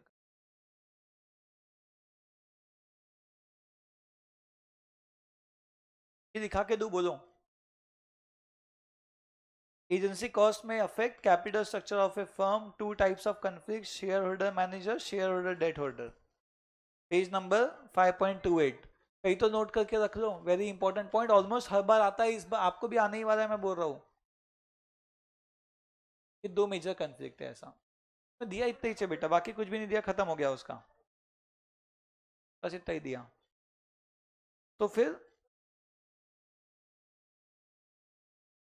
हाँ, मिल जाएगा कहीं ना कहीं, बट वो इतना ही दिखता है। गूगल पे बढ़िया आंसर मिल जाएगा इसका। देखो बेटा, लिख लो, मैं लिखा के देता हूँ। Agency cost refers to, agency cost, कई बार आया हुआ है question. Agency cost focuses on conflicts, इधर देखो क्या, कन्फ्लिक्ट्स ऑफ इंटरेस्ट बिटवीन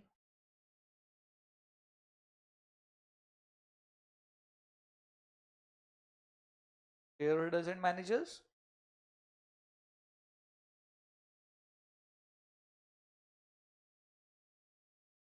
क्या?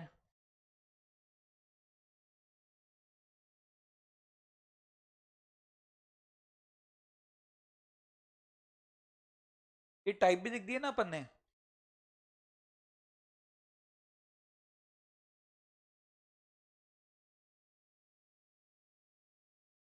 मिनिमाइज बाय क्या लिखा अपन ने?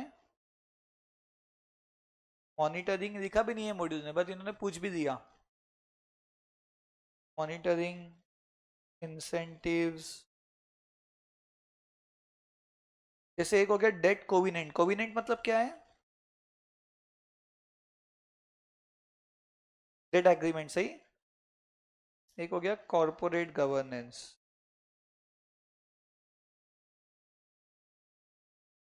ठीक है, डेट कोविनेंट मतलब डेट में पहले से एग्रीमेंट में लिख दिया ऐसा ऐसा ऐसा सब कुछ, वो फॉलो करेंगे। ब्रिज फाइनेंस अपन बहुत बार पढ़ चुके हैं। एक बड़ा लोन सैंक्शन हो गया है बट आने में 1 महीना है, तो 1 महीना अपने को काम पड़ रहा है पैसे का, तो अपन एक short term fund, short term loan लेते हैं, है ना ट्विंकल? शॉर्ट टर्म लोन लेंगे ताकि बड़ा लोन आने तक के अपना काम हो जाए।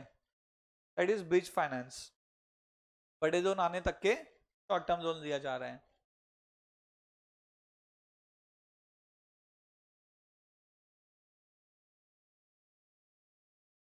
पूछेगा ऐसे ही, एजेंसी कॉस्ट मेनली मेनली तो इसके लिए है, बट ये भी लिख देते हैं ऐसा। तो सेम है, कन्विक सेम है। एक्चुअली क्या हो रहा है, डेट ने भी तो एक एजेंट ही अपॉइंट किया है समझो, मतलब वो इनके ऊपर डिपेंडेंट है। और मेन कन्फ्लिक्ट तो मैनेजर शेयर होल्डर का है। ऐसा कंसेप्ट क्या है, आपने एक एजेंट अपॉइंट किया उसे रन करने के लिए, और एजेंट आपके इंटरेस्ट में नहीं चल रहा है, तो वो एक एजेंसी कॉस्ट है। कॉस्ट है मतलब वो एजेंट क्यों रखते हैं लोग, ताकि कंपनी बढ़िया चले। लेकिन कॉस्ट क्या है भैया, वो अपने ऐसे डिसीजन उसकी अपने फेवर में नहीं होंगी, तो थोड़ा सा कॉस्ट पड़ता है अपने को, दैट इज एजेंसी। समझे क्या बेटा? हाँ, पेकिंग ऑर्डर थ्योरी ध्यान है, पेकिंग ऑर्डर थ्योरी। पेकिंग के बाद वाला ये कैपिटल स्ट्रक्चर की 2 क्वेश्चंस आ गए थे। पेकिंग ऑर्डर थ्योरी, सबसे पहले कोई भी प्रोजेक्ट फाइनेंस करना है तो अपना इंटरनल सोर्स से करना, उसके बाद डेट, उसके बाद इक्विटी। ऐसे ही ऑर्डर में क्यों, व्हाई डज इट एग्जिस्ट, यही ऑर्डर में क्यों करना, ताकि आपका ओनरशिप डायल्यूट ना हो, आपको लिवरेज का भी फायदा हो। पहले इंटरनल यूज करो, रिस्क भी नहीं उठाना है, समझ रहा है क्या? ऐसा कुछ, ठीक है, रहती है। तो वही वो कह रहा है, डेट कोविनेंट्स बनाओ बढ़िया से, अच्छी बनाओ, सब कुछ नहीं डिसाइडेड होगा तो। हाँ? और एक बहुत अच्छा क्वेश्चन जो कभी नहीं आया, लेकिन इसके बारे में अपन ऑलरेडी लिख चुके हैं, ये आज का लास्ट क्वेश्चन, फिर वाला अपन करके आगे बढ़, मतलब एक क्वेश्चन जो बचा है वो अपन नेक्स्ट वीडियो में कवर करेंगे, एंड वीडियो मर्ज हो जाएगा, ठीक है बेटा? उसने क्या बोला, your comment should depict the, ये कमेंट करो, total risk profile by using most appropriate among following 3 word, low high moderate. क्या ये ऑलरेडी लिख चुके हैं अपन? नहीं, ये लो ये हाई, तो ये क्या हो जाएगा, इन्हीं 3 में से लिखना है वर्ड जो लिखोगे, बोलो। मॉडरेट, दोनों, ये हाई ये लो तो ये मॉडरेट, दोनों हाई हाई तो ये हाई, दोनों लो लो तो ये लोअर, ऐसा लिखना है, हायर। पूरा बराबर लिखना, मार्क्स कटेंगे। क्या ये टेबल अपन ने बनाया था क्या एवरेज के टाइम पे? आखिरी में चैप्टर के एंड में बनाए थे बेटा, है ना? और देखो ये यही आ गया सीधा एग्जाम में, कितना सही हुआ आपके साथ, मतलब उनके साथ जो पढ़ के गए यहाँ पे। हाँ, अब मुझे बताओ कौन सा प्रीफर करना चाहिए। दोनों हाई में क्या होता है, वेरी हाई रिस्क, है ना? दोनों लो में वेरी लो रिस्क, लिवरेज का फायदा भी नहीं हो रहा है, तो अपन ने जाना काय में चाहिए, मॉडरेट में। बेस्ट कॉम्बिनेशन पूछा है उसने, बताओ मॉडरेट में कौन सा बेस्ट है, लो हाई या हाई लो? तो बेसिकली पता है लिवरेज का फायदा होना चाहिए कि नहीं, तो लिवरेज का फायदा डीएफएल जब हाई होगा तब आएगा। एंड फैक्ट्री का रेंट वगैरह जो ऑपरेटिंग लिवरेज वो हमेशा लो होना चाहिए बेटा, समझ रहा है? नहीं तो कोविड में बिग बाजार बंद हो गया था, है ना? Basically low high, this is the best combination. ध्यान है क्या, मॉडरेट होना, इसमें ओवरऑल रिस्क आपकी मॉडरेट है, बट ऑपरेटिंग का रिस्क कम है। जो रिस्क है वो काय का है, डीएफएल, ये डेट का आपको रिस्क है, बट अगेन लेवरेज भी होने वाला है, फायदा उस चीज का। बेस्ट कॉम्बिनेशन आपकी बुक में सब लिखा हुआ है। दो लो में दोनों लोअर, टोटल वो नहीं चाहिए, रिस्क नहीं है, लेवरेज ही नहीं होगा। दोनों हाई में क्या होगा, इसका लेवरेज का प्रॉपर वर्ड पता है क्या यूज किया था अपने, ट्रेडिंग ऑन इक्विटी। क्या लिखा हुआ है लेवरेज में, देखोगे तो ट्रेडिंग ऑन इक्विटी। यहाँ पे ट्रेडिंग ऑन इक्विटी नहीं हो पाएगी, जब भी डीएफएल लो है तो ट्रेडिंग ऑन इक्विटी नहीं होगी, वो भी करना है। और ये डीओएल तो हाई होना ही नहीं चाहिए, तो कौन सा बच गया, DOL low and DFL high. समझा? Hello, best combination. Trading on equity मतलब लेवरेज हो पा रहा है, लेवरेज ध्यान है ना, 25 कमा के 15 दे दो 10 आपके, या 25 कमा के 10 दे दो 15 आपके, वो ट्रेडिंग ऑन इक्विटी होता है। यस, ये एक अल्टरनेट में था क्वेश्चन, इसके साथ 2 मार्क का था, 2 मार्क्स का। तो पेकिंग ऑर्डर नहीं भी ध्यान तो ये लिख सकते हो, इसमें तो पक्के 2 मार्क्स थे, पेकिंग में 1-1.5 तो पक्का ही आ जाता है, इंटरनल यूज करो ये वो, दोनों लिख के आते थे अपन।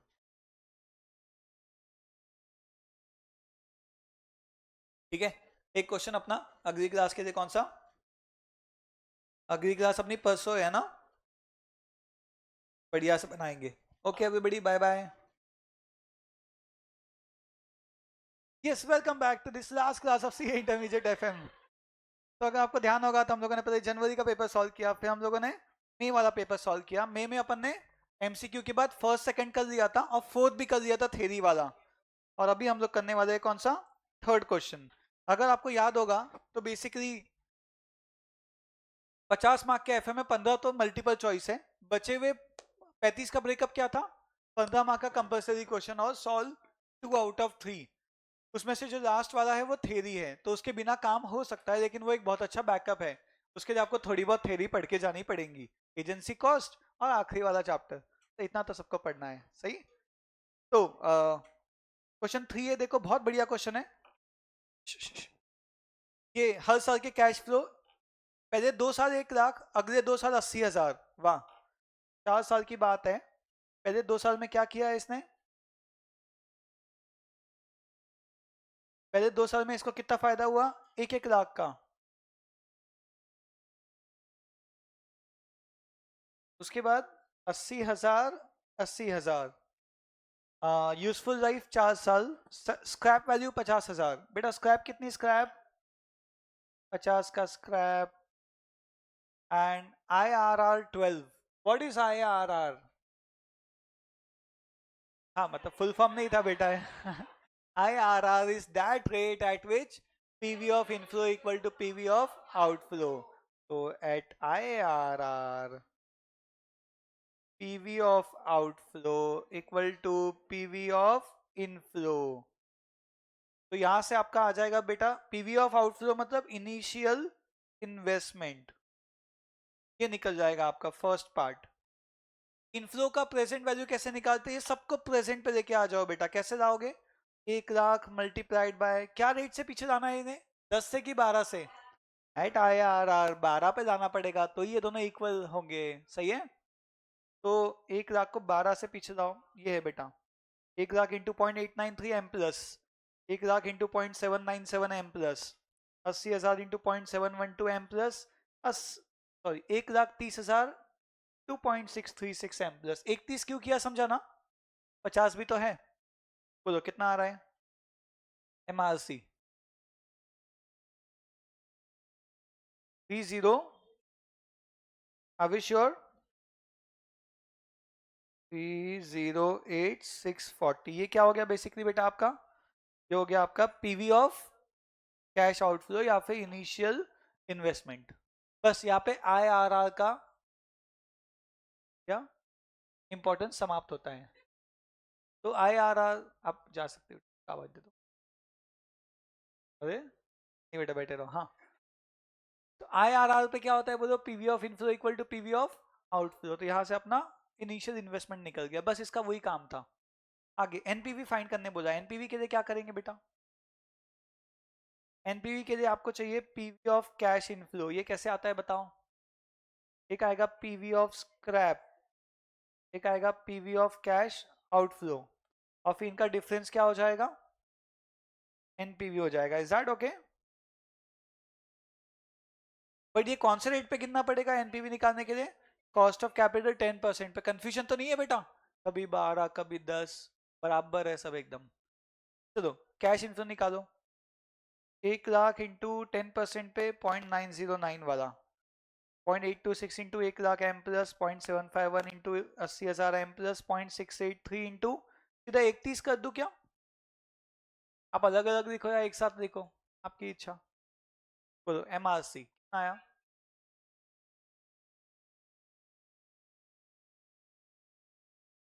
322, 300। आउटफ्लो 308,640। अरे एनपीवी पॉजिटिव कैसे आया? आपका IRR ज्यादा था ना बेटा, अभी तो पॉजिटिव आया। अरे आपकी चाहत 10 थी बट आपको मिले 12, तो रिटर्न ज्यादा मिला, यानी एनपीवी पॉजिटिव था इसका, सही। कितना आ गया बेटा एनपीवी बताओ? 13,730। वेरी वेरी नाइस, बहुत बढ़िया बेटा। आई होप ऑनलाइन वालों को जम रहा है। स्क्रीन शेयर है क्या लेकिन? यस।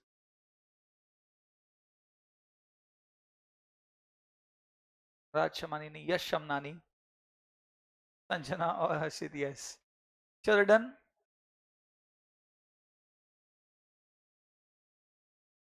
मैं स्क्रीन फिर से शेयर करता हूँ।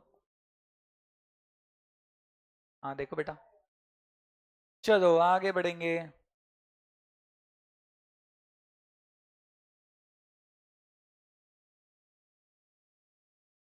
ओके, थर्ड पीआई बेटा। देखो बेटा, पाई पाई निकालना है, देखो। हाँ, प्रॉफिटेबिलिटी इंडेक्स क्या होता है? PV of cash inflow bye PV of cash outflow. तो इस स्क्रैप को इनफ्लो के साथ गिनते हैं, उसमें याद है ना?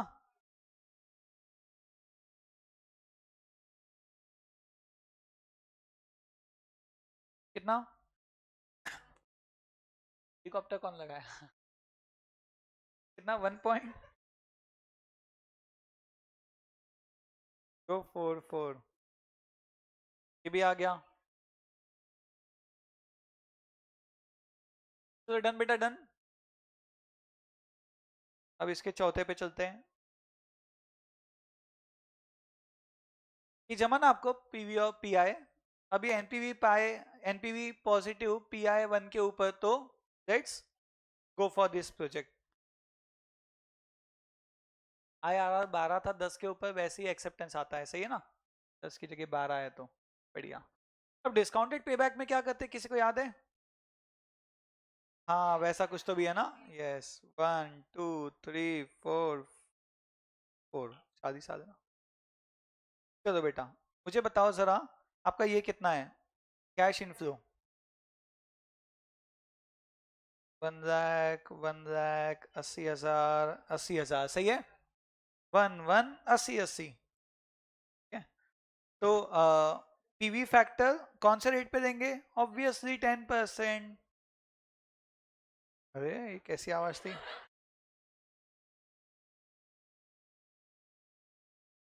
जो आप सोच रहे हो जुबान में।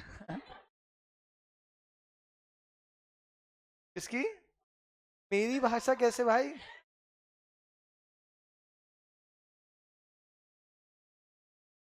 तो इन सबको इंटू करो। ये मैं निकाल 90 900। रिकवरी कितनी करनी है बेटा आपको? 308 640 की है ना? हम घाई क्यों कर रहे हैं, आज तो हमारे पास बहुत टाइम है। 60,080। उसके बाद बढ़िया, अब आएगा क्यूमुलेटिव। अच्छा, स्क्रैप को देंगे कि नहीं देंगे? स्क्रैप, ओ दादा, स्क्रैप भी तो देते हैं, आखिरी साल प्ले में आ गया तो वो क्यों नहीं भाई? हाय, बाहर है क्या? वाह, क्या बच रहा है बाहर, ओके। हाँ बेटा ये बताओ, इसका पहले का टोटल 90 900 सही है क्या, देखो। अब दो जोड़ के 173, 173 500 लग रहा है ना बेटा, 172, 190, सॉरी 60 जोड़ के 233 580। आपको चाहिए 308। क्या करो इसमें ना, आप ना कैश फ्लो एक साथ 130 दे दो बेटा, 130। 80 और 50 कितना? 130। कितना आ रहा है बताओ? 49 790। हाँ क्यूमुलेटिव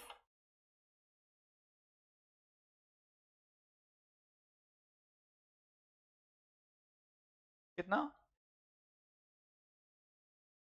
कौन है ये? 322, ये देखो ना, इससे टैली होगा ना ये फिगर।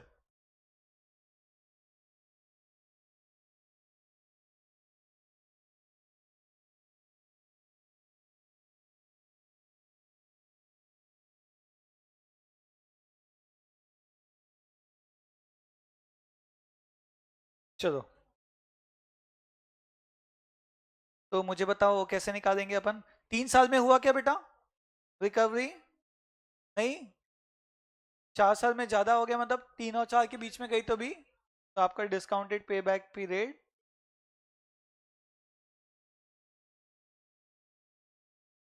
इक्वल टू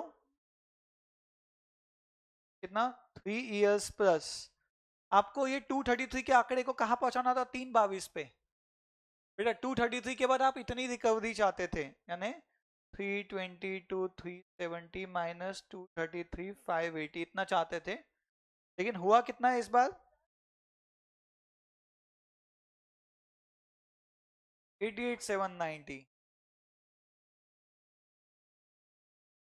क्या? हाँ, 308,640 से माइनस करते तो ये जो है ना बेटा, इसे आप कहाँ पहुंचाना चाहते हो पे बैक के लिए, इनिशियल इन्वेस्टमेंट पे। तो बस इन दोनों का तो डिफरेंस देंगे ना। अच्छा, ये पाप हो गया, 308 हैंडराइटिंग मिस्टेक। बोलो। अरे ऐसा थोड़ी है बेटा। हाँ, 0.845 एंड 85, 3.85 ईयर्स। बहुत सही बेटा। बल दिल पास। ये बेटा जमा।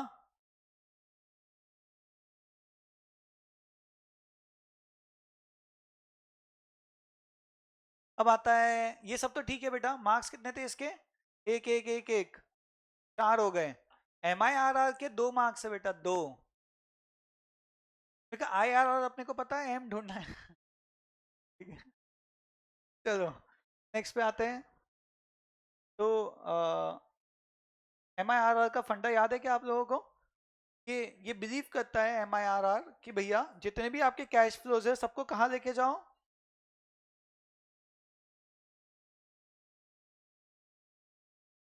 बेटा जितने भी आपके कैश फ्लोज है ना सबको फ्यूचर पे ले जाते हैं, कौन से रेट पे, 10% पे, है ना। और फिर अपन देखते आउटफ्लो इनफ्लो से, मतलब प्रेजेंट और फ्यूचर क्या रेट पे टैली हो रहा है, CAGR टाइप्स। चलो सारे कैश फ्लोज को फ्यूचर पे ले जाओ। सबसे पहले तो ये 80 प्लस 50 130 के जगह पे मौजूद है, इधर का 80 के, यहाँ जाके क्या बनेगा 10% से 88 के। ये 1 लाख को 2 साल आगे ले जाओ, +10% +10%, 121 के। ये 1 लाख को 3 बार आगे ले जाओ, 133.1 के। सही, हेलो। और सबकी टोटल 470 100। और ये प्रेजेंट पे कितना था, प्रेजेंट पे ये FV हुआ, PV कितना था 308। ये लेना बेटा 308, 322 मत उठाना, 308,640। हमने सारे कैश फ्लो को री इन्वेस्ट किया, MIRR मानता है ना, हमने सभी को री इन्वेस्ट किया कॉस्ट ऑफ कैपिटल पे। तो अब आपको देखना है, ये जो PV है ये फ्यूचर से कौन से रेट पे टैली होता है, ये इसके साथ कौन से रेट पे टैली होता है। Come on everybody.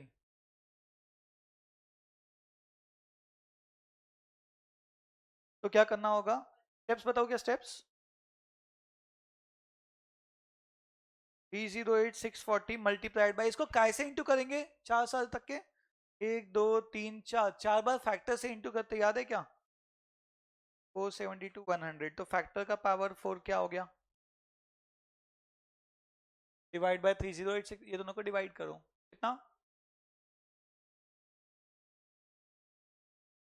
By 2, factor हो गया 1.5296 का पावर 1/4। और कैलसी पे 1/4 कैसे आता है, तो अंडर रूट से। या कोई हिंट भी दिया हो सकता है, नहीं दिया, ठीक है। therefore factor is 1.112। तो MIRR equal to 11.2%। But basically ये तो मैंने शॉर्टकट बताया, इसकी जगह आप क्या कर सकते हो, आपको दो हिंट दिए होते हैं ना बेटा, एक अंदाज आपको समझ गया कि इसका आंसर कहाँ आ रहा है, तो आप एक 10 या 12 या 11 12 ये उठा के, याद है क्या करेंगे, 10 12 या 11 12 उठा के, क्या, इंटरपोलेशन मेथड, वेरी नाइस। तो उससे भी आप आंसर निकाल सकते हो, हमने वो यूज नहीं किया। ये हो गया बेटा अपना क्वेश्चन नंबर 3A। किसी को कोई तकलीफ, कोई डाउट, बोलो बेटा, ठीक है, एनीबडी एवरीबडी, ठीक है ना बेटा। चलिए आगे बढ़ते हैं, कुछ पूछना है बेटा, नहीं,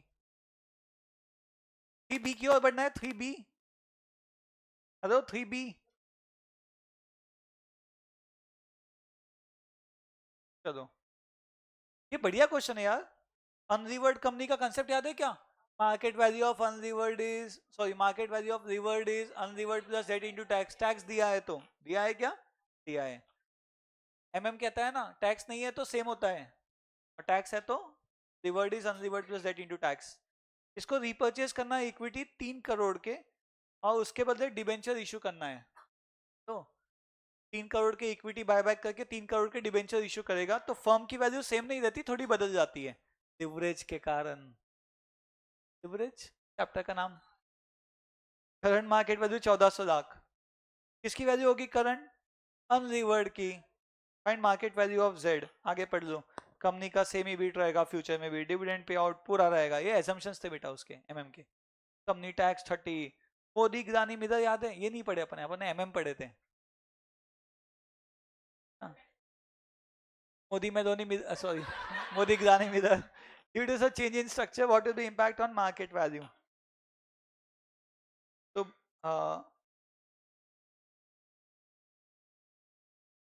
तो थे ना ये लोग साथ में मिले ना न्यूज में, वैल्यू ऑफ रिवर्ड फर्म, क्या टाइम नहीं था कल, कौन सी, हाउ टू ट्रेन योर,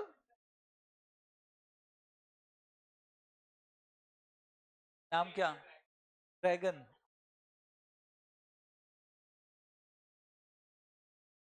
तो अनरिवर्ड की वैल्यू कितनी दी है, 1400 लैक्स।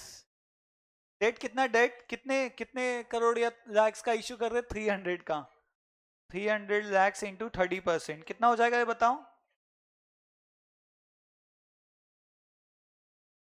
1490 लैक्स। तो फर्म की वैल्यू अचानक से बढ़ गई, क्यों बढ़ गई ये समझा क्या आप लोगों को, हेलो कि नहीं, टैक्स सेविंग के कारण बेटा, लिवरेज नहीं, tax saving, leverage tax saving जो भी है, tax saving on interest on debt, एक ही बात है, ठीक है, टैक्स सेविंग ऑन डेट के कारण, उसका कैपिटलाइज वैल्यू था, याद है फॉर्मूला डिराइव किए थे, लिवरेज बोलने से बेटर ये बोल दें।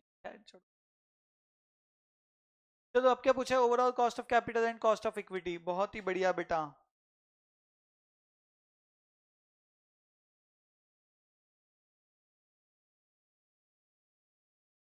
पहले कॉस्ट ऑफ इक्विटी निकालना पड़ेगा, कैसे आएगा यार, actually overall cost of capital के लिए दो चीजें चाहिए ना, क्या, केडी और केई, केडी पता है आफ्टर टैक्स कर देंगे, केई नहीं पता, तो पहले अपन कॉस्ट ऑफ इक्विटी निकाल देते बेटा, थर्ड वाला, इबिट वो बनाना पड़ेगा ना, प्राजक्ता गायत्री प्राजक्ता,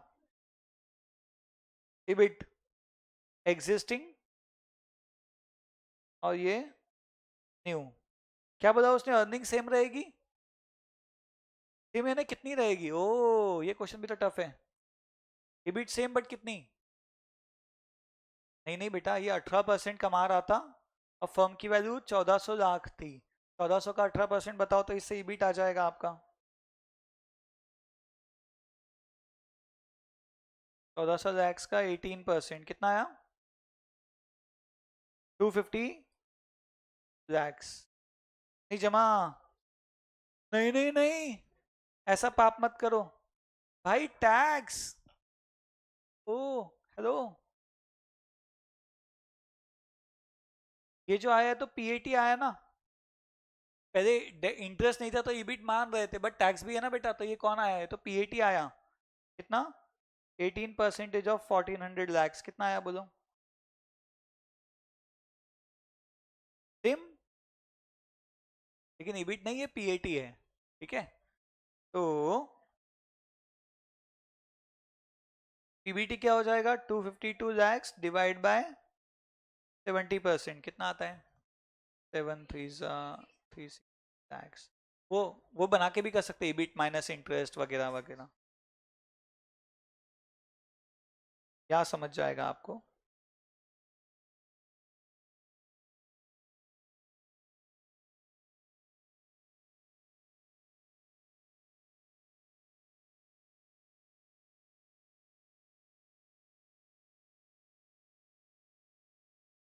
क्या हुआ सारांश?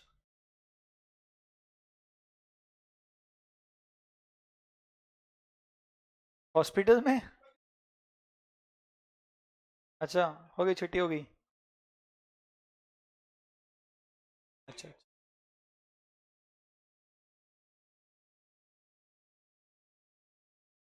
ये बेटा आपको समझा है, जो पीएटी अपन ने निकाला ये अपना प्रॉफिट आफ्टर टैक्स है, क्योंकि 1400 की कंपनी 1400 लाख की और 18% कमाई कर रही थी, तो ये क्या हो गया आपका आफ्टर टैक्स हो गया, क्योंकि यहाँ पे टैक्स इन्वॉल्व है, ये ठीक है बेटा। बिफोर टैक्स से 360 निकाला अपन ने।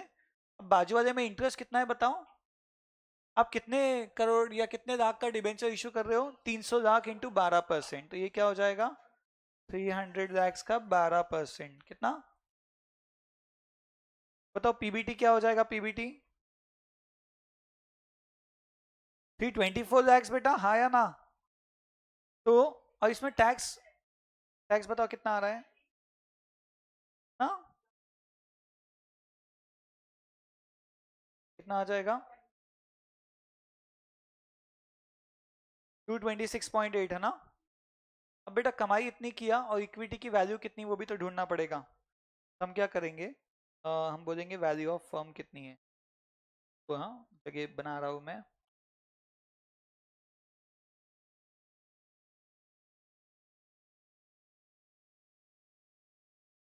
बेटा वैल्यू ऑफ फर्म थी 1490, इसमें से वैल्यू ऑफ डेट कितनी थी, value of debt 300 lakh, value of equity कितनी हो गई, है ना। तो अब इक्विटी वाले क्या कमाने वाले हैं, कॉस्ट ऑफ इक्विटी निकलेगा भैया, इन्होंने कमाई कितनी किया डिवाइड बाय इक्विटी की वैल्यू कितनी, कमाई किया 226.8 और इनके इक्विटी का वैल्यू है 1190 लाख, कितना। अब लिवरेज का फायदा हुआ ना उनको,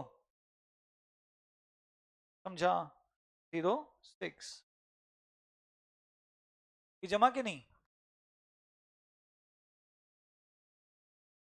19.06 लैक्स।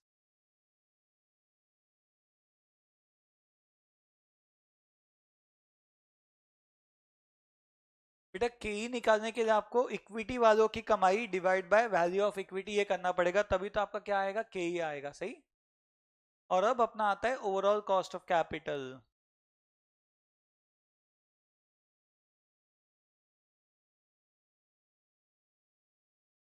सब कुछ लास्ट, बेटा के ओ कैसे आएगा बेटा, K D into debt by debt plus equity plus K E into equity by debt plus equity. Debt का रेट क्या था, डेट का रेट बोलो, 12%, टैक्स वैक्स तो नहीं है यहाँ पे, है तो आफ्टर टैक्स करना पड़ेगा कि नहीं, 8.4 after tax cost of capital होता है ये। और डेट कितनी है आपकी, डेट तो आउट ऑफ 1490 में से 300, सही। और इक्विटी का रेट क्या है आपका, 19.06 इंटू इक्विटी कितना है, इक्विटी 1190 अपॉन टोटल कितना है 1490, कितना आ रहा है बताओ, फाइनल आंसर चल जाएगा मुझे, 16.91%। तो बेसिकली ये हुआ आपका थर्ड क्वेश्चन का बी पार्ट, देख लो एक बार 3B। बहुत बढ़िया बेटा, सही है ना एकदम, 3A के बाद 3B। और फोर्थ वाला हम लोग ऑलरेडी कर चुके हैं, बोथ का थ्योरी एजेंसी कॉस्ट भी देख लिया था हमने, ये भी देख लिया था, है ना? ध्यान आया था घर जाके थोड़ा बहुत? और डीओएल कम होना, डीएफएल ज्यादा होना, बेस्ट कॉम्बिनेशन में, मॉडरेट ओवरऑल। यस, जमा, ये भी जमा। तो देखा जाए तो पेपर टफ क्यों लगा सबको? क्योंकि इसमें दो एम्बिग्यूटी आई थी। एक तो वो जिसमें दिमाग नहीं लगाना था, कौन सा? हाँ, एमसीक्यू क्या?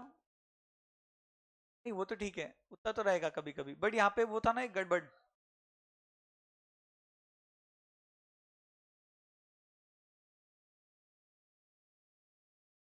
ये था क्या?